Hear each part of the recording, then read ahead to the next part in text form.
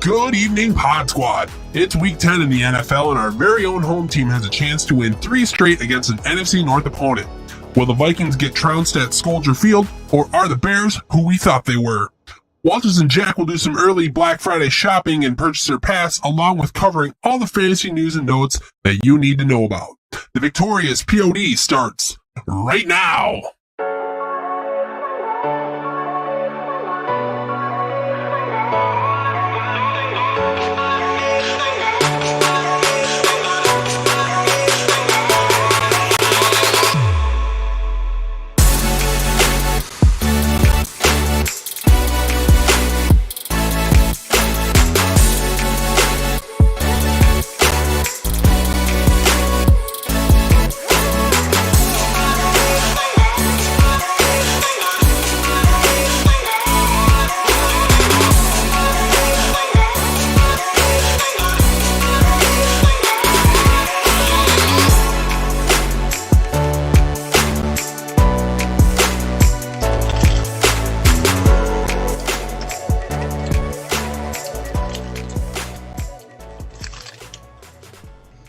What up, Pod Squad? It's your boy Walters here. I've got Jack here joining me. Jack, say hello to everybody out there in YouTube land. Hello, everyone in the land of YouTubes. Good to be back, guys. We are the Victorious Pod, and what we are is we are a fantasy football podcast specifically for our league, but not only that, we do bring general fantasy knowledge and NFL stories to the general public, so if you're not in our fantasy football league, you most definitely can watch most of this podcast. Or if you want to watch all of it and trudge through all of our league specific stuff, you can do that too. So we would invite you in, sit down, and enjoy the show. It's going to be a lot of fun. Jack, there are a couple people that I'd like to thank before we get going here, and one of them would be Garlic Johnson. He is our technical supervisor assistant. Or, that supervisor assistant. I like it. Yeah, I mean, it's perfect. He's helped us out with a lot of technical stuff, bouncing ideas back and forth, blah, blah, blah. And then I'd also like to thank Levi Oki. He is responsible. Yes, he is responsible for all of the awesome banner and artwork that you see here on our podcast and on our YouTube page, and on our Twitter page, and we'll get into that and all that in just a second. How's it going, Jack? How you doing? It's good, man. Good stuff. It's been a long week, but we're almost at the weekend, so I'm doing just fine. How about you? I'm doing great. We're running a little bit late today. I've had some just crazy life stuff going on, so we wanted to start an hour ago. It's 7:30. Big deal. Whatever. So it's all good. It happens. Yeah, it does, and we're here. It's Thursday Night Football. I believe the Titans and the Colts are kicking off right about meow. So that'll be interesting. They are. Anything new? Anything exciting going on with you? I don't know about exciting. In the Vickers household now, I get to call it that. Christine went a little bit ham on some Christmas lights and decorations, so we're all Christmased up beginning of November already. So that's what we've been doing. So in your opinion, is that a little too soon? Is it just the right time? Oh, in my opinion, 100%. I am very adamant that each holiday has its section. It has its Correct. time, and we're not even halfway between. Well, maybe we're like right at halfway between Halloween and Thanksgiving right now. So no love for Thanksgiving. I like to get right past that, and I feel like December is the Christmas time. But she made a great point. She's like, earlier this week we had the last warm day before all the snow hit, and she's like, "Do you really want to be on a ladder hanging Christmas lights or on the roof when it's snowing?" And I'm like, "Fine, give me the strand. I'll do it." So here we are. So you can hang Christmas lights with it. Doesn't mean you have to turn them on. True, but I mean, once they're up, we did all the work, and it's also pretty. And I mean, I might as well. Right on. Personally, just for me, the day after Thanksgiving is the appropriate time to A, turn on your Christmas lights, and B, start listening to Christmas music. Before that, it's just a travesty, but some people say I'm un-American. I agree, but I get outvoted on this one. Yeah, it's funny how when you enter into a marriage with your significant other automatically adds another vote to the collective of votes, and it's weird how that happens, but I understand totally what you're saying. This past weekend, speaking about warm weather, I did go deer hunting. It is weekend 1 of 2, so I will be going out again this weekend, but I was hunting in a t-shirt on both Saturday and Sunday, and that is not deer hunting.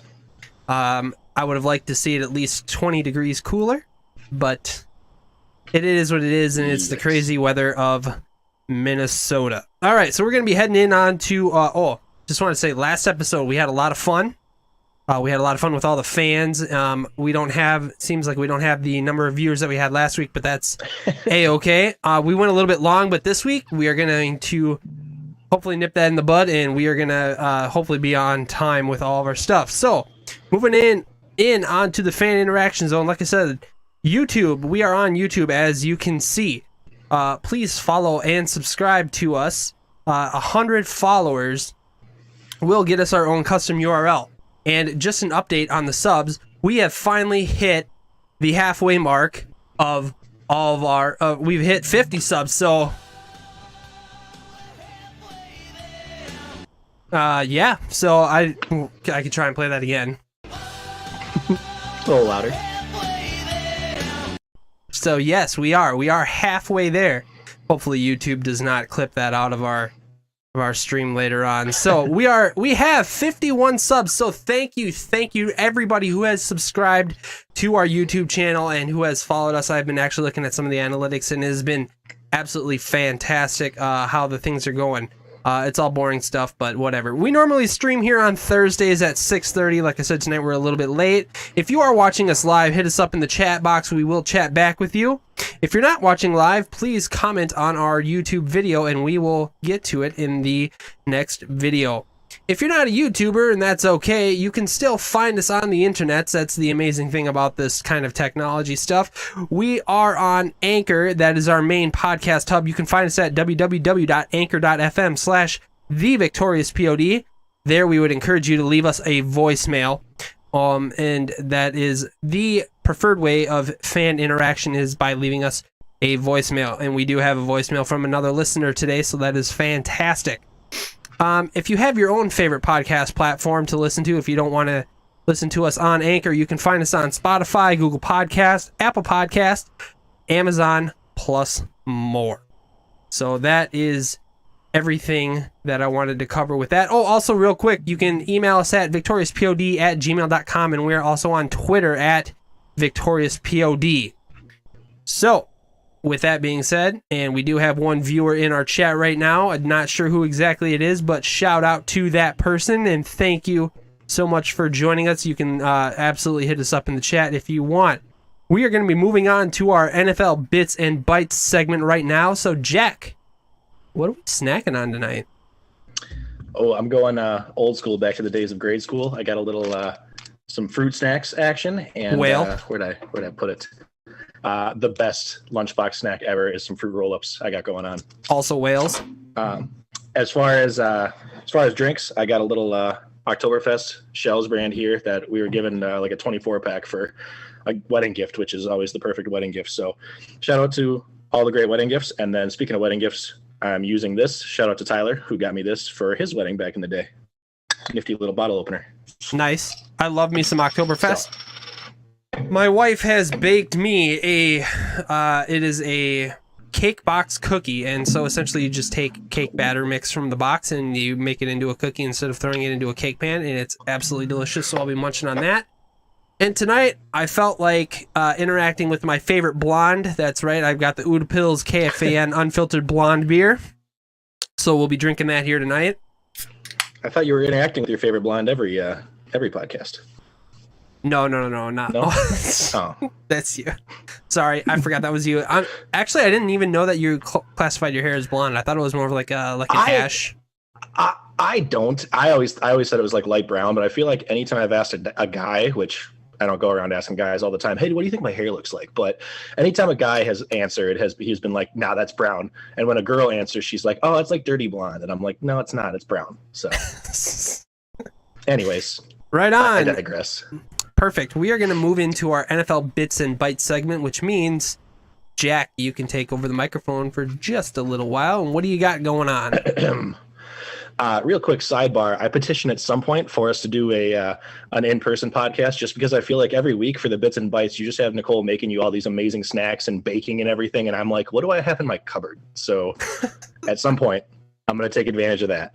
As for the Bits and Bites, some stuff that I'm watching this week, I wanted to switch it up a little bit. I got kind of tired of talking about COVID every single week. So I did a little bit of a different fun thing instead, just kind of because we're at the midway point. We're turning the corner, so to speak. So a few things that I'm kind of watching going forward is we always see in a bunch of the articles kind of who the early mid-season favorites are for different awards, who the people are projecting for top Super Bowl picks, everything like that. So a few of the awards that are the most interesting to me, the first one that I'm excited for, especially this week alone, is the Comeback Player of the Year, which I'm locking it in right now. I mean, I don't know if anybody else is going to pick someone beyond him, but I have Alex Smith as a very heavy favorite for this, just from those of you that don't know the story that he's been through. I mean, 2 years ago, almost to the day, he basically broke his leg getting sacked by J.J. Watt. He's had, I think I saw somewhere 17 different surgeries and procedures on that leg, including like an infection. They thought they were going to have to amputate it at one point. They thought the infection was going to be life-threatening.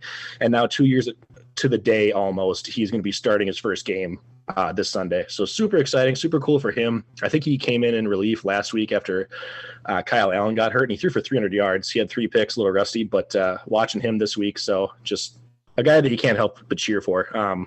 Super inspirational, super cool. So pulling for him there. Number 2, rookie of the year. We've talked about this a little bit throughout the year, but Joe Burrow and Justin Herbert, obviously, I feel like are going to be the 2 likely candidates. Tua hasn't started enough games throughout the year to really be in consideration, but Herbert's kind of blowing things away right now. Granted, he does have a little bit more talent around him. I've always said Joe Burrow was the first pick for a reason. I mean, he is definitely good, but he also went to the worst team. So a little bit tougher, but Herbert has just looked like the real deal. I mean, he's got no rookie appearance to him. So we're going to be watching. I think I give Herbert the edge by far right now, but throughout the rest of the year, can Burrow take over, or are they both going to be either way? I mean, they're both really showing something where like these 2 quarterbacks are going to be legit for years to come, which is always exciting. New young blood in the game. And then kind of watching for like who that top, like I said, offensive rookie of the year is, who's usually not a quarterback. But I think Justin Jefferson for the Vikings probably gets the edge there as far as the best non-QB player. No running backs have really separated themselves, and Jefferson's just been a lights out number 2 receiver for the last few weeks, even passing Thielen. So watching that. And then biggest one, obviously all of us are always watching, is the MVP race. I personally feel, and you could tell me differently, but I feel like it's a 3-way race right now, probably with Russell Wilson, Pat Mahomes, and Aaron Rodgers, with maybe Josh Allen as like a close 4th. All of them are being great so far. Like, it's just been a lights out performance every week for each of them, it feels like. Just a few stats that I thought were kind of interesting. Wilson leads the league in touchdown passes right now with 28, and he's second in passer rating. Glick, I was talking with him and Jordan on Xbox the other night, but shout out to him for this quote. But he was like, it's crazy because everybody always talks about how Russell's never gotten an MVP vote in his career, despite being consistently good. And now the year that he finally gets unleashed and he's just having a lights out best performance ever, where everybody at first was saying, yeah, this is the chance, he still might not win MVP because there's like 2 or 3 other quarterbacks that are playing just as lights out. So it's just like Russell can't get a break in the MVP votes no matter what he does. Other people rise up to meet him. With the other 2, QBR, Rodgers and Mahomes are number 1 and 2 in the league. Passer rating, they're 1 and 3. Mahomes is just 400 yards ahead of Rodgers. Obviously, Mahomes has a little bit more on the ground, but I think Mahomes has 1 turnover on the year and Rodgers has 3. So they're both just like top end elite category in every single category. Going to be really interesting to watch them throughout the rest of the year. So I don't know if you personally have a pick out of those 3 or 4 who you think is going to win. I honestly think it's going to be coming down to Wilson and Mahomes. So, but if I was to pick between those 2, probably Patty Mahomes. So, yeah, it's tough to pick against him. I mean, he's just yeah, I know. I mean, different. And Wilson, but that's no disrespect to Wilson. Wilson's been having a lights out year. So, you hate to see it, but I mean, you can only have one MVP, and right now, it's Patrick Mahomes. I like it. Yeah, I mean, it's never a bad thing having multiple great quarterbacks and exciting people to watch. I know the one year when Brady won his MVP most recently, I mean, I was happy about it, but he only won because Wentz got hurt at the end of the year, arguably, and there really weren't any other close competitors. I mean, I would argue that season, Brady wasn't even as good as the top 3 to 4 statistically this season. So, I mean, it's just some years there's up, some years it's down, but it's always good when we have more good choices than not. Wrapping that up, the only other couple things I was going to mention are the games of the week to watch and to avoid, like I like to pick. This week, there's a lot of good games again. We have a lot of close, evenly matched teams and exciting, but I went with the Bills and the Cardinals. They're playing at 3:05 on Sunday, just because we get to watch 2 of the young, exciting quarterbacks in the league, 2 of the kind of the biggest up-and-comers, Josh Allen and Kyler Murray. Should be a lot of highlight plays. They both do get it done through the air, but they also have the game-breaking, wide-open rushing ability on the ground, too. So we've got them plus 2 stud wide receiver ones with DeAndre Hopkins and Stephon Diggs. Not a whole lot to be excited about on the ground with the running backs. Quarterbacks kind of do it themselves mostly, but these 2 teams, I believe, have 7 wins and 5 wins, so 12 combined, and it's kind of a key game for both in their division races. So should be some highlights, excitement there. And then game of the week to avoid, there were a few, but I went with the Texans and the Browns. I feel like these are both 2 teams that have been on the bottom for a long time. They're not necessarily like very bottom of the barrel this year, but it's not exactly 2 teams that a lot of people care about or you hear about being excited year after year for. So the Browns are 5-3, but it still seems surprising given that they haven't really played great in most of their games, and the Texans just struggled and barely got by the Jaguars. So I feel like this is going to be kind of a sloppy football game, probably some good defense, but not one that I would like to watch if I have the choice. Purchaser pass. Browns are trash.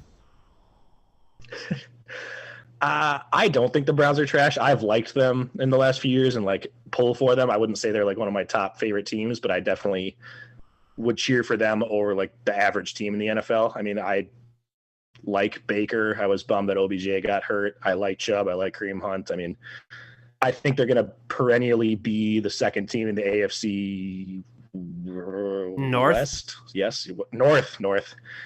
Because I just don't see them beating the Steelers, who've been good forever, and the Ravens seem more like up and coming than them. But I feel like they could be a wild card team for the next few years. Okay, right on. All right, we're gonna be moving into our hometown team. That's the Minnesota Vikings. Minnesota, they take care of business again for a second week in a row. Not only that, they have beaten two divisional opponents 2 weeks in a row.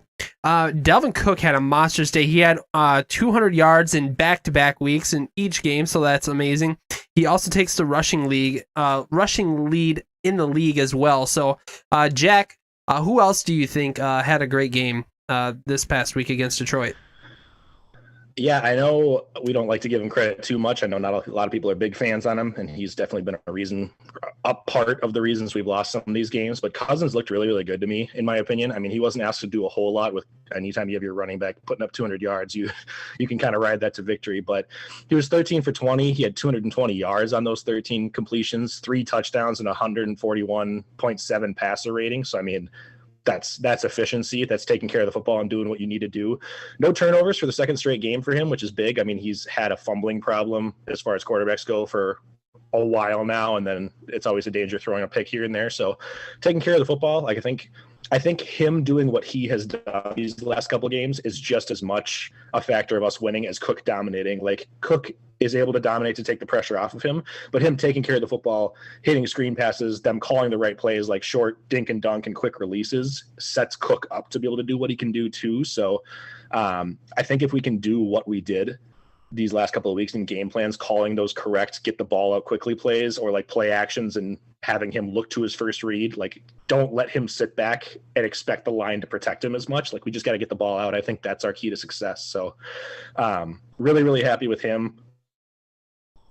I just wanted to say one thing. Yeah. Speaking about the line and Dalvin Cook, I really believe that Ezra Cleveland has something to do right now. I know that people on the radio have been talking up Ezra Cleveland, and I think he's starting to come along. So if we can keep getting draft picks like him for our O-line, I think our O-line is going to be shaping up and a lot better in the next year or two. So, and that's good, because if we decide to keep Kirk on his massive contract, he needs a line that can protect him so that we can fully unleash, because I do believe that Kirk is accurate. I don't know if he has everything that you need to be able to get to the promised land, but he definitely has the tools to at least try and get you there. But moving, I digress. How about Irv Smith? Irv Smith had a massive game. Why don't you talk a little bit about him? Yeah, loved it. Two of Kirk's 3 touchdown passes actually went to him, and they were both kind of like leak out last minute, where he made some nice catches kind of towards the back left. I think they were both in the left side of the end zone looking at it. But yeah, he looked really, really great running routes. It was nice seeing him get used like this. I've been waiting for it for, like, I think a lot of us have for the last couple of years since we drafted him. He's profiled as a lot more athletic tight end. So while he might not have the blocking techniques that a veteran like Rudolph is, I think what we need in this offense is another option besides just Thielen and Jefferson. So we don't need it to be a receiver if we can use Irv the right way. I'm hoping this kind of leads to like a mini breakout where we start to use him more and get him, not saying take away snaps from Rudolph and let Irv just be the only guy, but having Irv kind of slowly transition to that 1A to Rudolph's 1B and just get another playmaker involved, somebody else who can catch those short passes for Kirk and then do the work versus Kirk having to try to find somebody 20 yards downfield. So we will see. Right on. We are going to be moving on to Minnesota. They are playing Detroit. I'm sorry, they're not playing Detroit. They're playing Chicago. They're playing Chicago at Soldier Field on Monday Night Football, 7:15 p.m. We had the opportunity to have a 3-game win streak against 3 divisional opponents in a row, so that would be fantastic if we could do that. I don't know what it is about Soldier Field. Maybe there's some bad juju there for the Vikings, but even with our best teams that we've had in the last decade or two, it has been a struggle to find victories at Soldier Field. Jack, tell me what you see in this game. Yeah, biggest thing is our defense has looked really, really good the last 2 weeks after kind of being a letdown, not what we expected in the beginning of the season. I mean, we got pressure on Rodgers, which it seems like the Packers always script out us being able to do. It seems like most weeks or most years we never even touch him when we play. So getting pressure against him and then having our secondary, despite all the injuries, actually hold up against Detroit. Like, they're known as a passing team, and they just, I don't know if it was just bad play calling, but they kept trying to run the ball and did not really move it through the air. So kind of both facets of our defense looked good. If we can continue that, I think we'll be fine in Chicago. Montgomery has a concussion. He's questionable to play right now. So, I mean, Tariq Cohen was already lost for the year. They really don't have a run game if Montgomery doesn't go, and even then, he's had no holes to run through as it is. So if we can just completely eliminate that and make Foles have to beat us, they don't have a whole lot of options to do that with. I don't know if you mentioned it since I was looking at something real quick. When you were mentioning injuries and stuff like that, Allen Robinson, I believe, was limited today in practice, so that'll be something to keep an eye on as well for Monday night's game. And that's one of their big playmakers. That's it.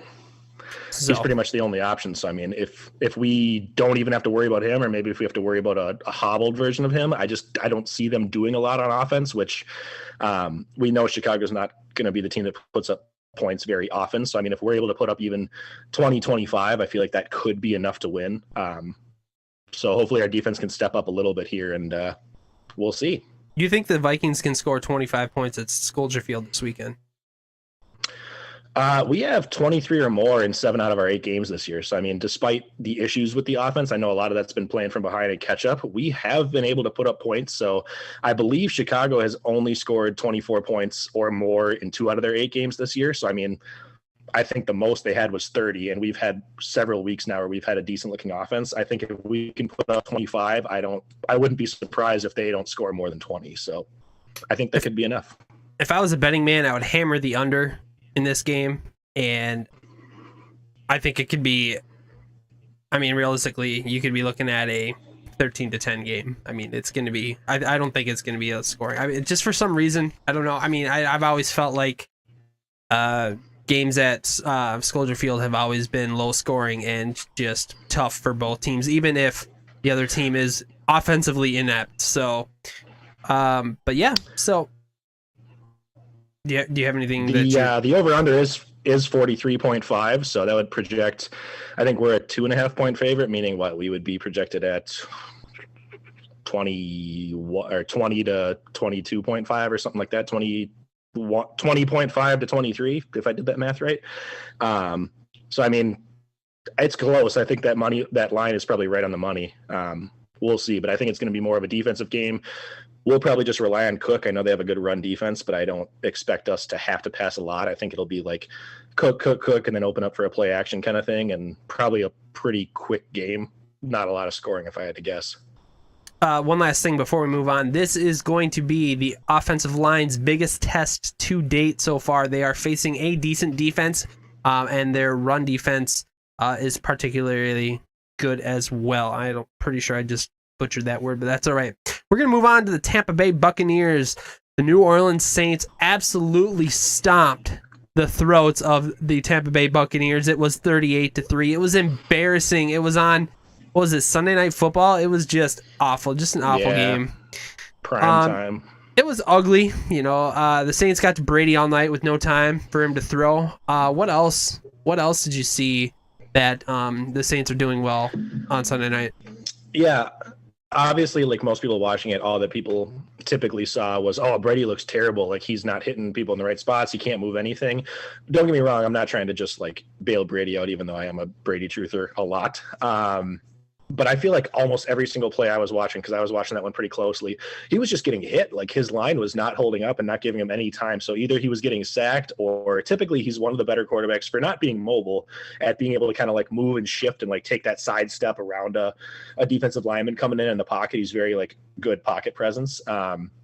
But it felt like every single time, even when he wasn't sacked or having to throw it away, he was getting hit at the last minute, either on the shoulder, the head, the arm, whatever. And it just felt like a lot of his passes were very disrupted. So not ideal, not what you were hoping for, finally getting Godwin back and having Antonio Brown added to the mix. I think everybody was expecting some fireworks, but the Saints have a good defense, and they seem to have cracked the code on how to get to the Buccaneers. So definitely they're both looking like playoff teams right now. It's not a team that I would want to face if I were Tom and the Buccaneers in the playoffs, but very realistic that whoever wins the division, the other one's going to have to go through them to move on. So we'll see.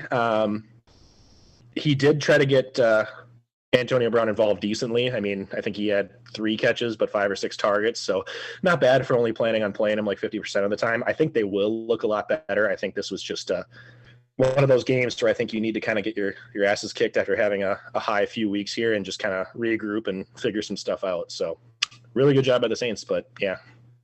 Purchase or pass real quick. Minnesota Vikings offensive line is better than the Tampa Bay Bucks offensive line. Purchase or pass? Ooh. I would say significantly better in the run game. Passing, I'm a little bit worried, but I feel like without taking too much bias in this last Sunday night game when the Saints just got to Brady all night, I think the Bucks probably have a better passing offensive line. I just think also at the same time, the Bucks do a better job of calling plays where, hey, we're playing a defense that really gets to the quarterback a lot. Tom, 2-step drop, throw. Like Tom is very good about pressure's coming, get rid of the ball. Whereas Kirk isn't that. So when you try to draw up these 5-7-step drops and he has to sit back there, he gets hit easily. So that's my 2 cents. Right on. Cool. Moving on, we're going to go to Tampa Bay at Carolina. They play at noon on Sunday. What do you see in this game, Jack, real quick?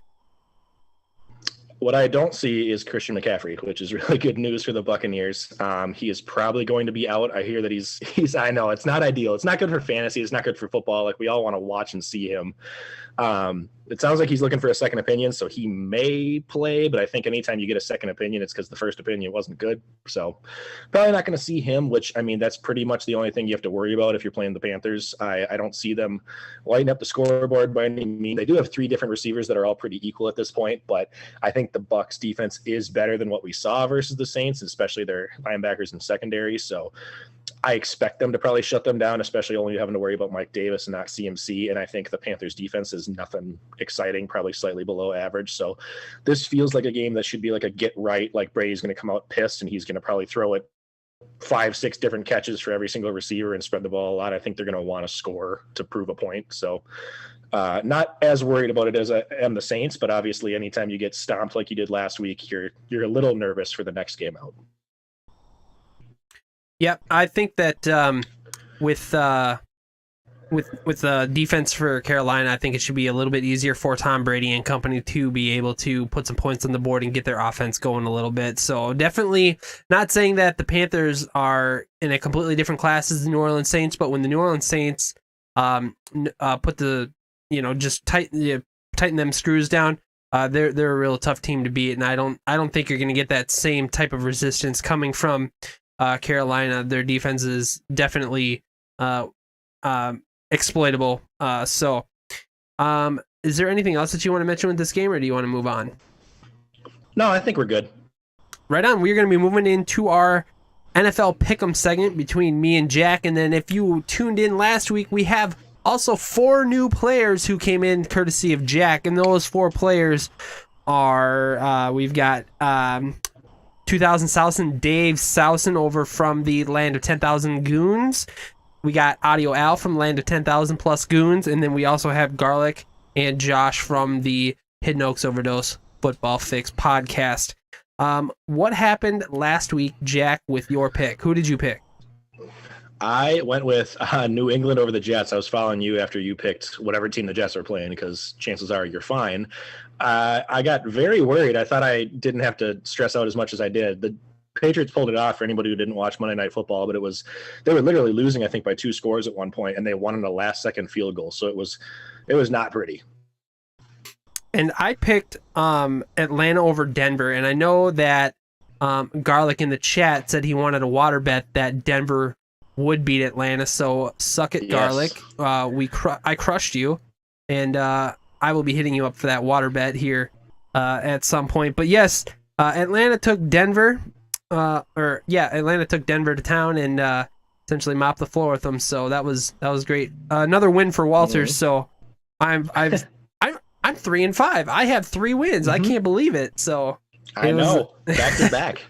Back to back. Yeah, I'm on a winning streak now, so that's perfect. Last week, Dave picked Houston, along with Garlic and Josh. All 3 of those guys picked Houston, and they were successful. I don't remember who they played, but that's all right. And then Alex picked Pittsburgh over. Did they play Baltimore? Dallas. Oh, Dallas. Duh. Dallas. Yeah, Dallas. And he was also correct. So all 4 of those guys got a point as well last week, and so they are still 2 wins behind me, but I'm sure they'll be able to catch up no problem. So, Jack, why don't you talk about this week about what your pick is going to be? Yeah, this week I feel like I'm gambling it a little bit. I've had a couple of seemingly easier ones lately, but I'm trying to get some of these quote unquote worse teams out of the way so I can have some easy road towards the end. I'm actually going with a homer pick this week. I'm picking Minnesota over Chicago to continue that 3-game win streak. I think after the things I just talked about, we've looked great the last 2 weeks. Cook looks unstoppable with back-to-back 200-yard games. The Bears don't have a running game. Foles doesn't scare me enough on his own. I think as long as we don't get cute and we keep the same game plan going, we shouldn't have a problem. If we lose this game, I think it's pretty much clear to say it's over no matter what. Whereas if we win this one, we're 1 game out of 500 and we're pushing for a wild card spot. So that's my pick this week. Right on, and I'm going to be picking Green Bay over Jacksonville. I just feel like Green Bay is going to be able to just go in there and steamroll. I believe that they're in a completely different class as Jacksonville. Aaron Rodgers and Devontae Adams have been on fire, and I believe that this is going to be a breakout game for Aaron Jones.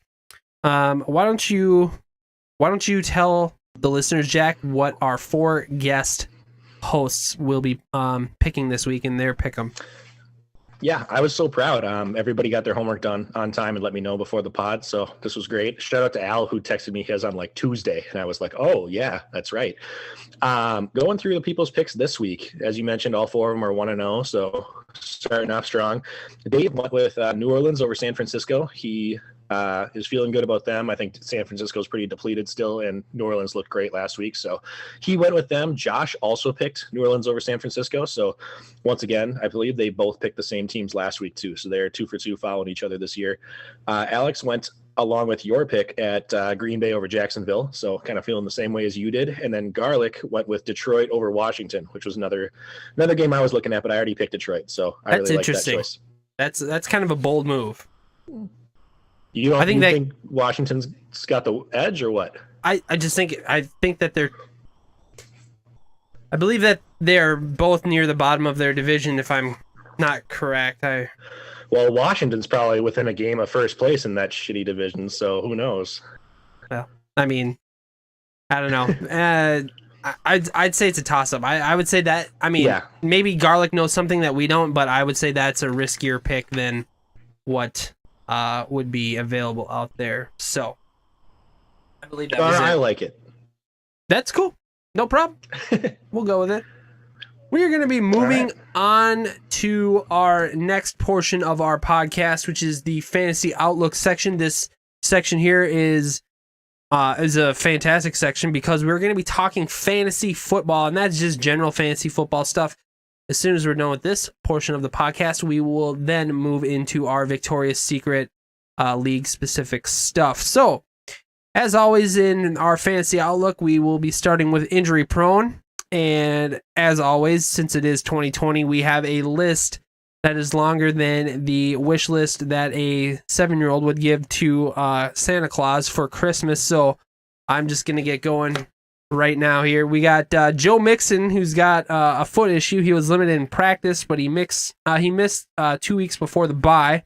Chris Carson, also dealing with a foot injury, did not practice. Deebo Samuel with a hamstring did not practice. Nick Chubb with his knee issue, he was back to limited practice on Wednesday. He is most likely to come off the IR. I hope he waits just one more week. That way I don't have to face him. Jerry Jeudy, this is a new one. Shoulder. He's dealing with a shoulder injury. He did not practice. Damian Harris, chest/ankle, was limited in practice. V. Cooper Kupp with a wrist injury was limited in practice. Kenyon Drake with an ankle limited in practice. Noah Fant with an ankle limited in practice. David Johnson has not been released from the concussion protocol, so he has not practiced. As Jack mentioned earlier, we have CMC with a shoulder issue. He is doubtful to play this weekend. Devonta Freeman with an ankle injury was limited in practice. Kenny Golladay with a hip injury, he did not practice. Antonio Gibson with a shoulder injury did not practice. Miles Sanders with a knee injury was limited. He might be able to return after missing 2 games this weekend. We'll have to keep an eye on that. And David Montgomery, who was also in the concussion protocol, did not practice hasn't practiced this week at all. So that was our laundry list of stuff. And we will be moving on to our Tater Tot hot take here just real quick. We have Mitty80 in the chat saying, hey, should I start Gallman or Freeman this weekend? When do we think Freeman will be back? Jack, do you have any information on that at all? I could have sworn when I was doing the team breakdowns, I want to say Ben has him in our league too. So Ben, perfect. No, Foster has him. I lied. I believe... Gallman's obviously healthy and ready to go, but Freeman missed the game last week, for those of you guys that were wondering. Freeman started Thursday's practice today, but he apparently was unable to finish due to a quote-unquote minor aggravation of his ankle. That's what he did hurt in the previous game when he had to miss. I believe coming into that, he was questionable but likely to play, but now with this new development as of like a couple hours ago, I don't know what to expect. That being said, if you have any other kind of option, if you have both those Giants running backs and nobody else, that sucks, but they're playing the Eagles, and I think the Eagles are a top 10 defense as far as going against running backs, so I wouldn't want to start either, no matter who's healthy, but I think for now, I'd probably leave Gallman in your lineup if I have to, and then if you get the news that Freeman's playing, switch him in, because Freeman is the better option if he's healthy. Yeah, if your report that you read was from today's practice, and if Freeman wasn't able to finish his practice, I would say that that's not looking good for the weekend. So I would say Gallman's probably going to be the person you're going to have to start. Like Jack said, I would pivot from that if you have another option on your bench, maybe Latavius Murray, or even if you had possibly a Cam Akers or something like that. I would maybe try and look into that. Otherwise, if Gallman or Freeman was going to be in your flex, I would try and look for a different flex player as well. We will be moving on to Jack's Tater Tot hot take, and I see we got some more questions. We will get to the questions in the chat here pretty quick. So, Jack, let's move on to your Tater Tot hot take real quick before we move on with the fan interaction. Yeah, so just really quick running through last week. The 3 that I did were, number 1, Devontae Adams is a top 10 wide receiver this week and pushes for the number 1 spot in PPR leagues. So not our league, but in a lot of people who play in PPR, it's a little different. I was correct on that. I feel like I can give myself the win there. He was the wide receiver 3 overall, so easily top 10 and pushing for the number 1 spot. He had 28.3 points in PPR, which was just 0.6 behind the number 1. So did exactly what we expected him to do. I think he scored within 2 minutes of the game, and it was pretty solid from there. Number 2, I guess that Antonio Brown would outperform Michael Thomas in their head-to-head return game for both. I was incorrect there. I was right that Michael Thomas was going to have a disappointing game. I was not sold on him because his only 2 games he's played this year, I think he has a combined like 68 yards. He definitely had a disappointing game. He had 51 in this game, but Antonio Brown couldn't get it going just partly due to Tom Brady and not being able to get the ball out. So he only had 3.1. I expected if they got close, Brady would look his way for a touchdown, but not a whole lot of scoring there. And then number 3, I kind of did a 2-parter. So CMC, I was guessing, would pick up right where he left off, coming back from injury with 100 yards or one or more touchdowns.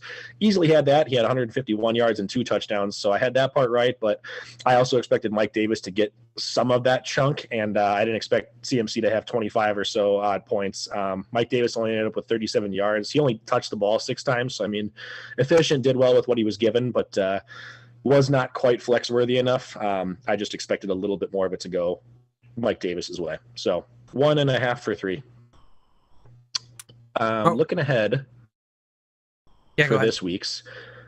Number 1, I had as a Tater Tot hot take, whether CMC plays or not, I don't expect him to, but even if he does play, I'm not going to change this depending on the injury.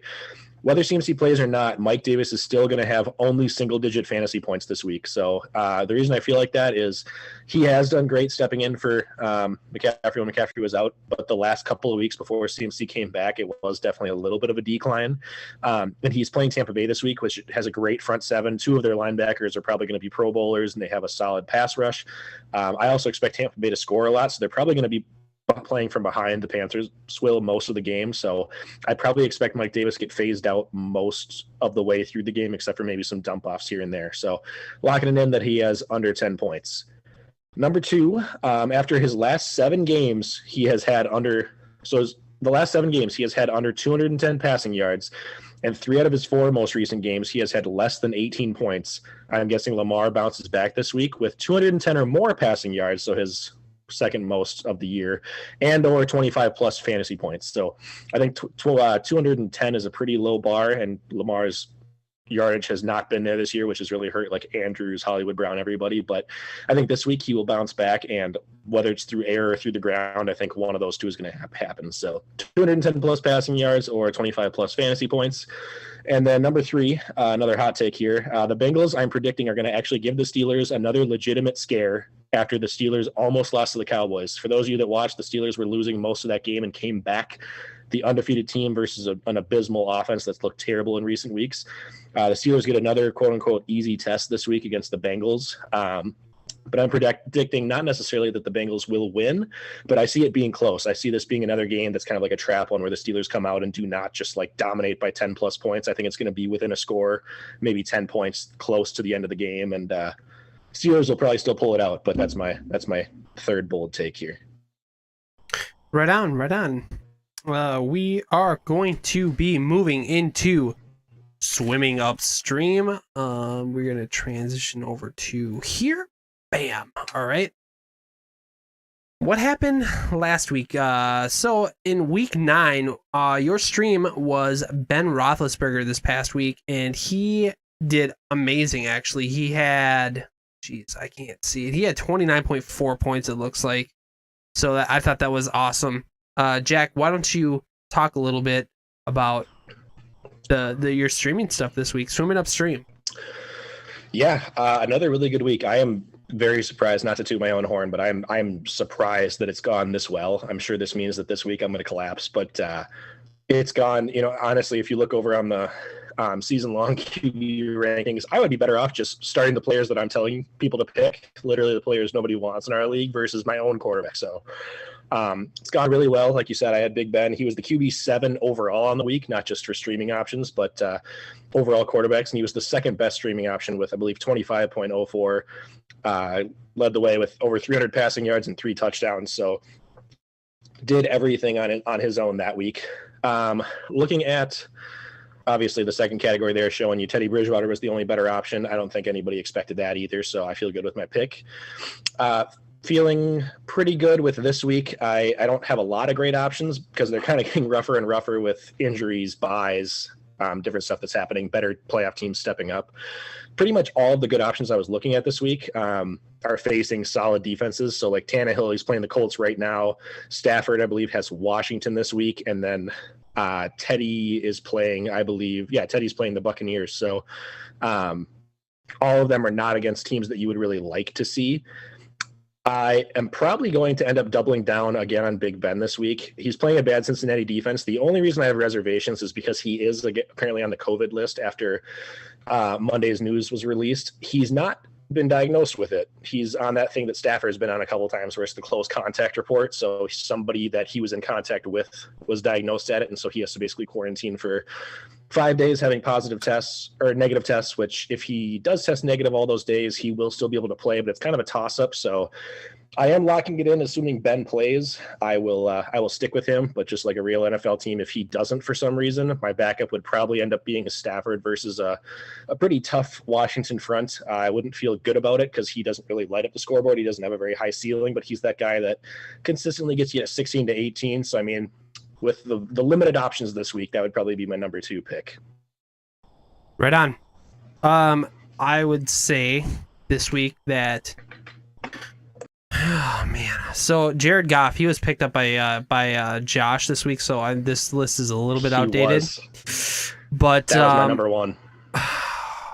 I'm almost like, I know like I've been talking about free the beard, but for some reason I just was like, if it was me, I would go with Tua this week just to see what he's got. I mean, Yeah. But you said that you're going to be picking. I hate to tell you, but Foster picked up Tua. Oh, Foster did pick up Tua as well. Okay. Well, yeah, that's right. I did see that. They're taking all my good options. Right on. So you are doubling down with Big Ben. Big Is that Ben. what you said? Yeah. Yes, sir. Right on. Right on. We are going to be moving on into our water bet board, which means we can transfer back over to here. Jack, what is on our water bet board? No, I'm sorry. We're not doing water bets. You want me to go water? Yeah. Nope. I actually just missed it. We are going to be moving on to purchase or pass. Jack, why don't you tell us what happened in purchase or pass real quick last week? Yep. Last week. So the first one we had on the board, if you guys remember, was purchasing or passing that the Cowboys quarterback, whoever they went with, ended up having a better fantasy game than their second and third stringers had all year. So Dalton, the best game he had was 11, and Danucci in his one start had 5. The Cowboys quarterback ended up having 14.5, so just barely got enough done against the Steelers defense. I purchased it, so I was correct there. You passed. You thought he'd have more than 5, but less than 11. He somehow beat 11. It wasn't good, but he got it done. Number 2, I had start number 2 for Tua, is the charm. He had 93 yards, 1 touchdown, and 1 fumble for 5 points in his first starts. He was versus the Cardinals this week, and we kind of set the bar at 13 points or so. We both purchased that, and he dominated and blew that out of the water with 21.4. So both got that one right.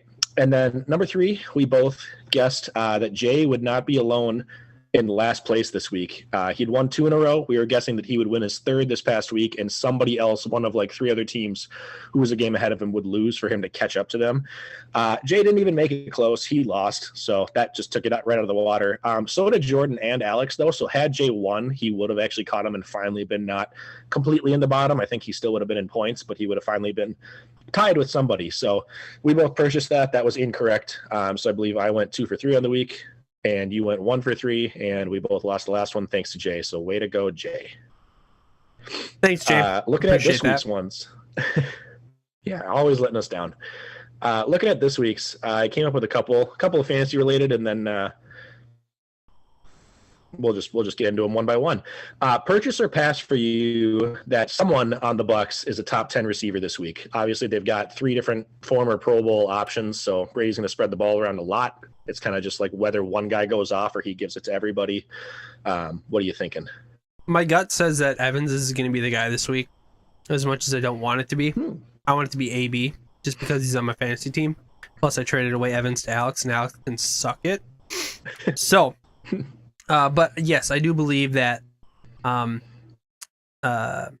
Mike Evans could be the target for Tom Brady this week. So, yeah, I'm going to purchase this. I'm going to say that Mike Evans will be a top 10 wide receiver this week. I like it. We'll give you a bonus point, extra credit if you pick the specific person too. I am going to actually pass this one. I just think following Brady, I think he's notorious for spreading the ball around a lot. I do think he's going to try to get the ball to Antonio Brown this week and get him a little bit more comfortable in the offense. Evans has been that typical like goal line receiver where I'm sure he has a chance to get a touchdown, but not putting up a ton of yards. And I feel like Godwin has barely played, but he seems more like the guy who's going to put up a lot of yards and not a touchdown. So I think Brady's kind of got a little bit of everything. And I think not only is he going to spread the ball around a lot, but I have a feeling they'll just be up. And this is seeming more of like a Ronald Jones and or Fournette game to me. So I think they'll probably have a couple of guys that are maybe wide receiver 2s or better, like top 20 receivers, but I don't see one just like dominating. So that's just my thought. Right on. What's number 2? Dalvin Cook has had 200-plus yards in the last 2 weeks. Purchase or pass that he has another 150-plus total yards this week, including rushing and receiving. Hardcore pass.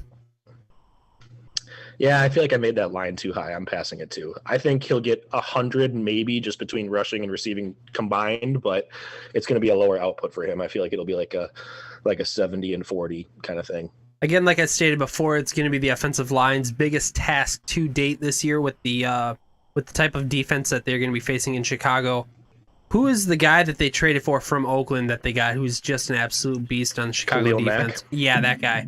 I would not want to face him ever. Not even in my dreams if I was the best running back in the NFL. I would not want to face that guy whatsoever. So, yeah, I'm a hard pass on this one. Yeah, I'm with you there. Number 3, final one, purchase or pass that 2 of the top 6 quarterbacks in fantasy this week are playing in the Bills and Cardinals games. So Kyler and Josh Allen, like I talked about before. I'm going to pass this one. Josh Allen he's been,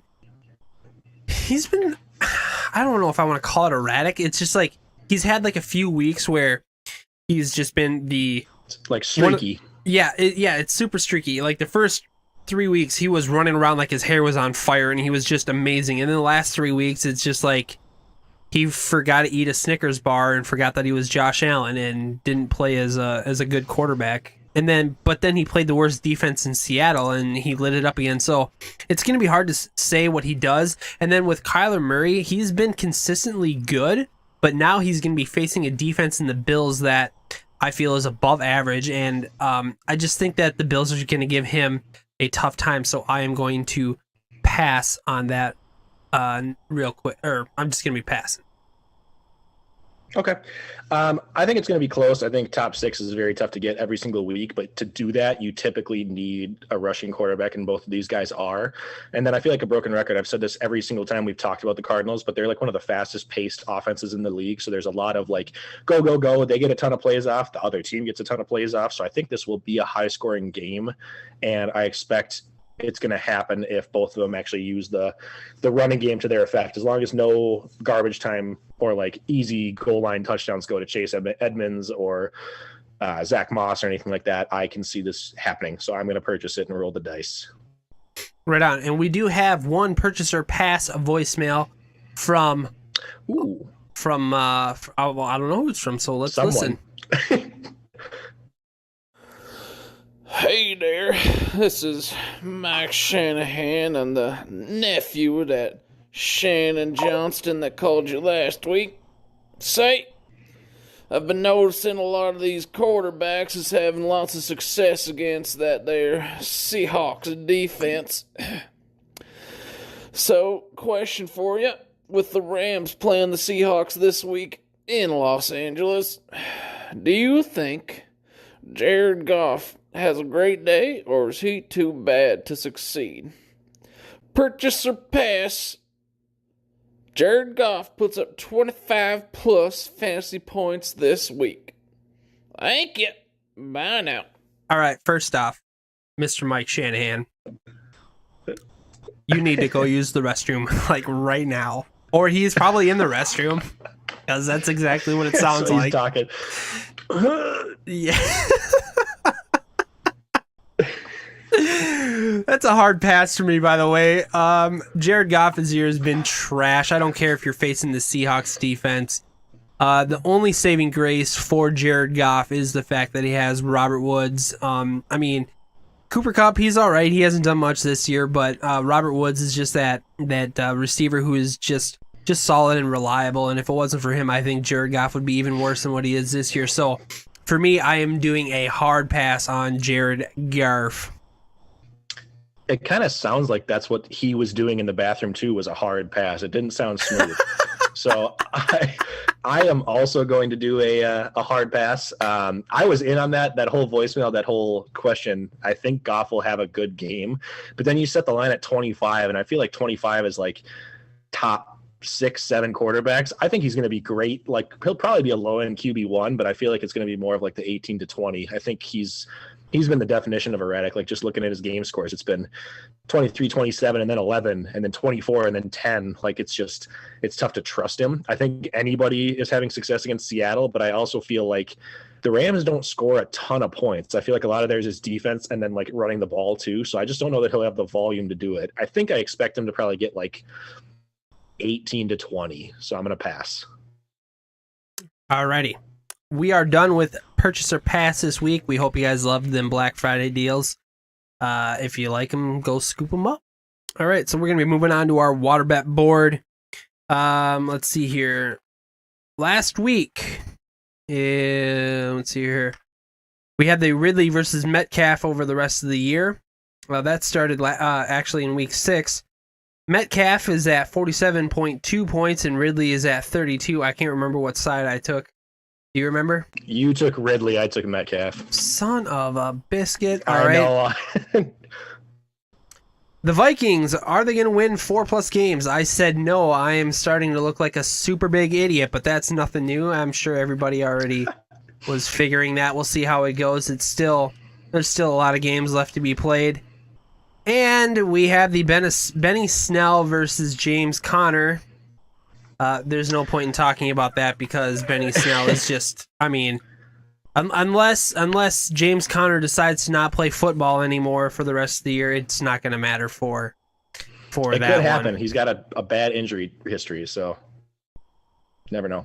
Yikes. All right. So for the new ones, Jack, what do we got for our new water bet picks this week? Yeah, my first one, I made a note here, but we kind of talked about it earlier. I was curious in seeing if either of us would pick a different MVP. I think I was going to go between Russell and Mahomes too. So when you said that, I was really hoping you'd pick one or the other. I probably would go Mahomes also. I think Russell's been dominant, but Mahomes is just Mahomes. So barring, he's had a couple of games lately, like 2 of his last 3 with 5+ touchdowns. So barring him slowing down a little bit, I feel like it's just going to end up being him. So no reason to disagree there. So the next one, I was looking at kind of league leaders and yards and stuff. For the rushing title right now, Cook's had a couple monstrous games and he's caught up recently. Cook has actually taken the lead and he's at 858 yards to Derrick Henry's 843, which is both great. But the craziest part is the next closest one, I believe it's Josh Jacobs, is down at 588. So it's like 250 yards below those two, which is just absurd to me. Yeah, that's nuts. So my question is, I mean, obviously it's a homer pick. I'd be surprised if we didn't go this way, but do you have any reason to believe that Henry beats out Cook for rushing yards this year? The only injury or that's you said it right there. That's the only way I see Derrick Henry beating out Dalvin Cook right now for the rushing leader for the year is that Dalvin Cook gets injured again. I don't want to touch it because right now it looks like Dalvin Cook is absolutely on fire right now. I mean, he's running around with his pants on fire and he is not going to stop until he gets to jump into that lake. And we still got what? We still got 6 games left. Is that right? No, 8 games, I believe. 8 games. Yeah, math is tough. 8 games left, and I see Dalvin Cook being able to do what he can do. So I'm saying right now that Dalvin Cook easily could be the rushing leader at the end of the year. So if you're leaning that way, we're just gonna have to scrap that one. Yep, I am too. Which is, what's a side note with that one? The crazy part is he missed a game, so he's actually done this in 7 games, and Henry's done it in 8. So like, just think of the difference of the fact that he and Henry are that far above everybody else, but then he even has a 1 less game than Henry. Like Cook is just dominating. So I'm with you. Water bet that I believe that the Jets finally won't lose a game this week. They've lost their first 8, and I don't think they're going to lose this week. Is Adam Gase still the head coach? He is still the head coach. They're going to lose. Okay, so we're going to disagree on that one and put that one on the board? Put it on the board. Well, that's good because the Jets are on bye this week, so there's no way they can not lose. I just had to put that in there. I'm just kidding you. We won't count that one, but can we do it for next week? That's gonna. We can. I'll look at who they're playing. Maybe I'll add that one in for the next week. I like it. I just had to see. I had to try.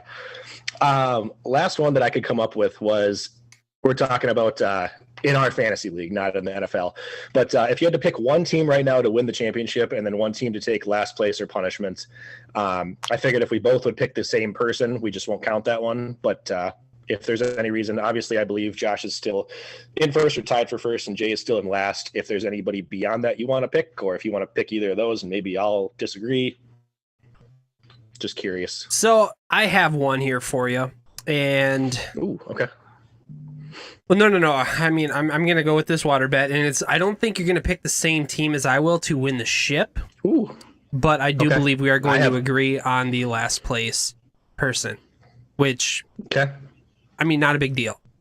So we can just do so let me start with this.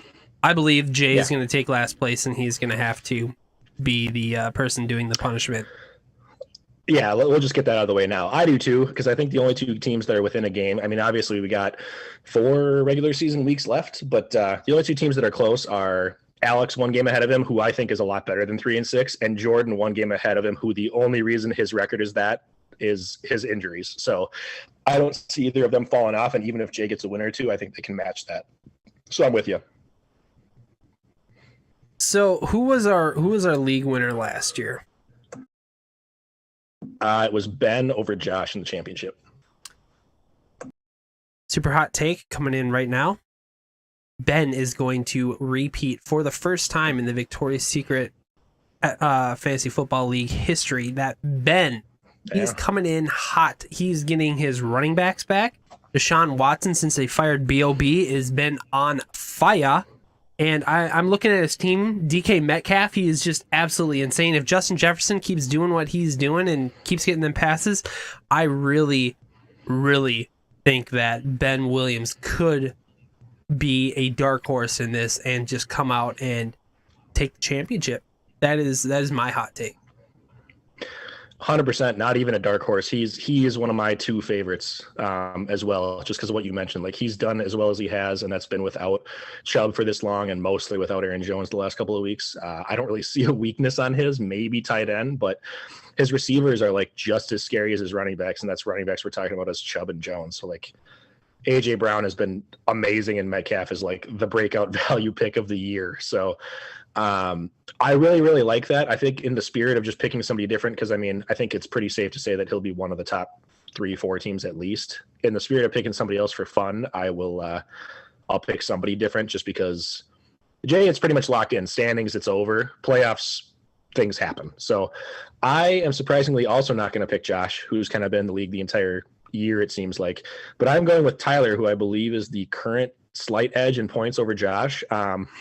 Not quite as like sacked across the board maybe as Ben, just with like his 2 running backs and 2 or 3 receivers. But Tyler's just been riding Russell Wilson and Dalvin Cook, who we just talked about as likely MVP and offensive player of the year favorites or top 2 picks. So, I mean, it's really tough to stop those guys. He's got Julio. He has Chris Carson, who he hasn't had for the last few weeks, who I think that guy's averaging like 14 points. He's got a lot of star power too, and I think I like his quarterback more than Ben's, and I like his RB1 more than Ben's. I could see it coming down to those 2, but Tyler be my pick, and we'll make it interesting. All right, we're gonna look into the chat here real quick. We are joined by Jay Frank. I'm surprised that he is here, and Jordan also is blowing up our chat. Jay says Benny gives me a solid team name though, so I'm assuming he's talking about when we were talking about Benny Snell versus that other guy who runs for the Steelers, James Conner. I got it. Jordan asked if Jay was being held captive. He is confused because Jay is participating in a league event. Jay also says, wow, I got to mention, Jordan has been saying that Tyler has 100 more points than Josh, and that Jay also commented on Tyler's team saying that Tyler's team is, and this is a favorite word of Jay's, is bonkers. Tyler's team is bonkers. So Jordan and Jay blowing up our chat right now. We really appreciate you guys doing that. My pick initially before I picked Ben was going to be Tyler as well. So that is why I actually made just like a quick pivot, and I did a little, because my quick Twitch response was Tyler, because Tyler has just been on fire lately. Like, his team has just been absolutely ridiculous with the pickups that he's had, and the players he's drafted have actually I think they've been outperforming what their projections have been, but I'm not going to go down too far down that road. But I'm glad that you picked Tyler over Josh, because I just think in the end, Josh's team is starting to cool down just a little bit, but I still feel like he has enough firepower to be able to get it done. But I think with the run that Tyler's been on lately, it's just I'm scared. I'm scared of Tyler. So good pick for you. I'm glad I got my game out of the way against him, but I definitely feel like those 3, it's a very, very clear top 3, top heavy league right now. And then there's 50 feet of crap, and then the rest of us 9. Like, I think those 3 are very, very clearly in a league above right now. So it's going to come down to which 2 of them have to play each other and which one avoids the other 2 in the playoffs. So yeah, it'll be exciting. All right, right on. We are done with our general fantasy segment. We are now going to be moving into our Victorious Secret segment, and I just wanted to give you an update that not only was I hanging out with my favorite blonde, but she has a twin as well, so we're just going to...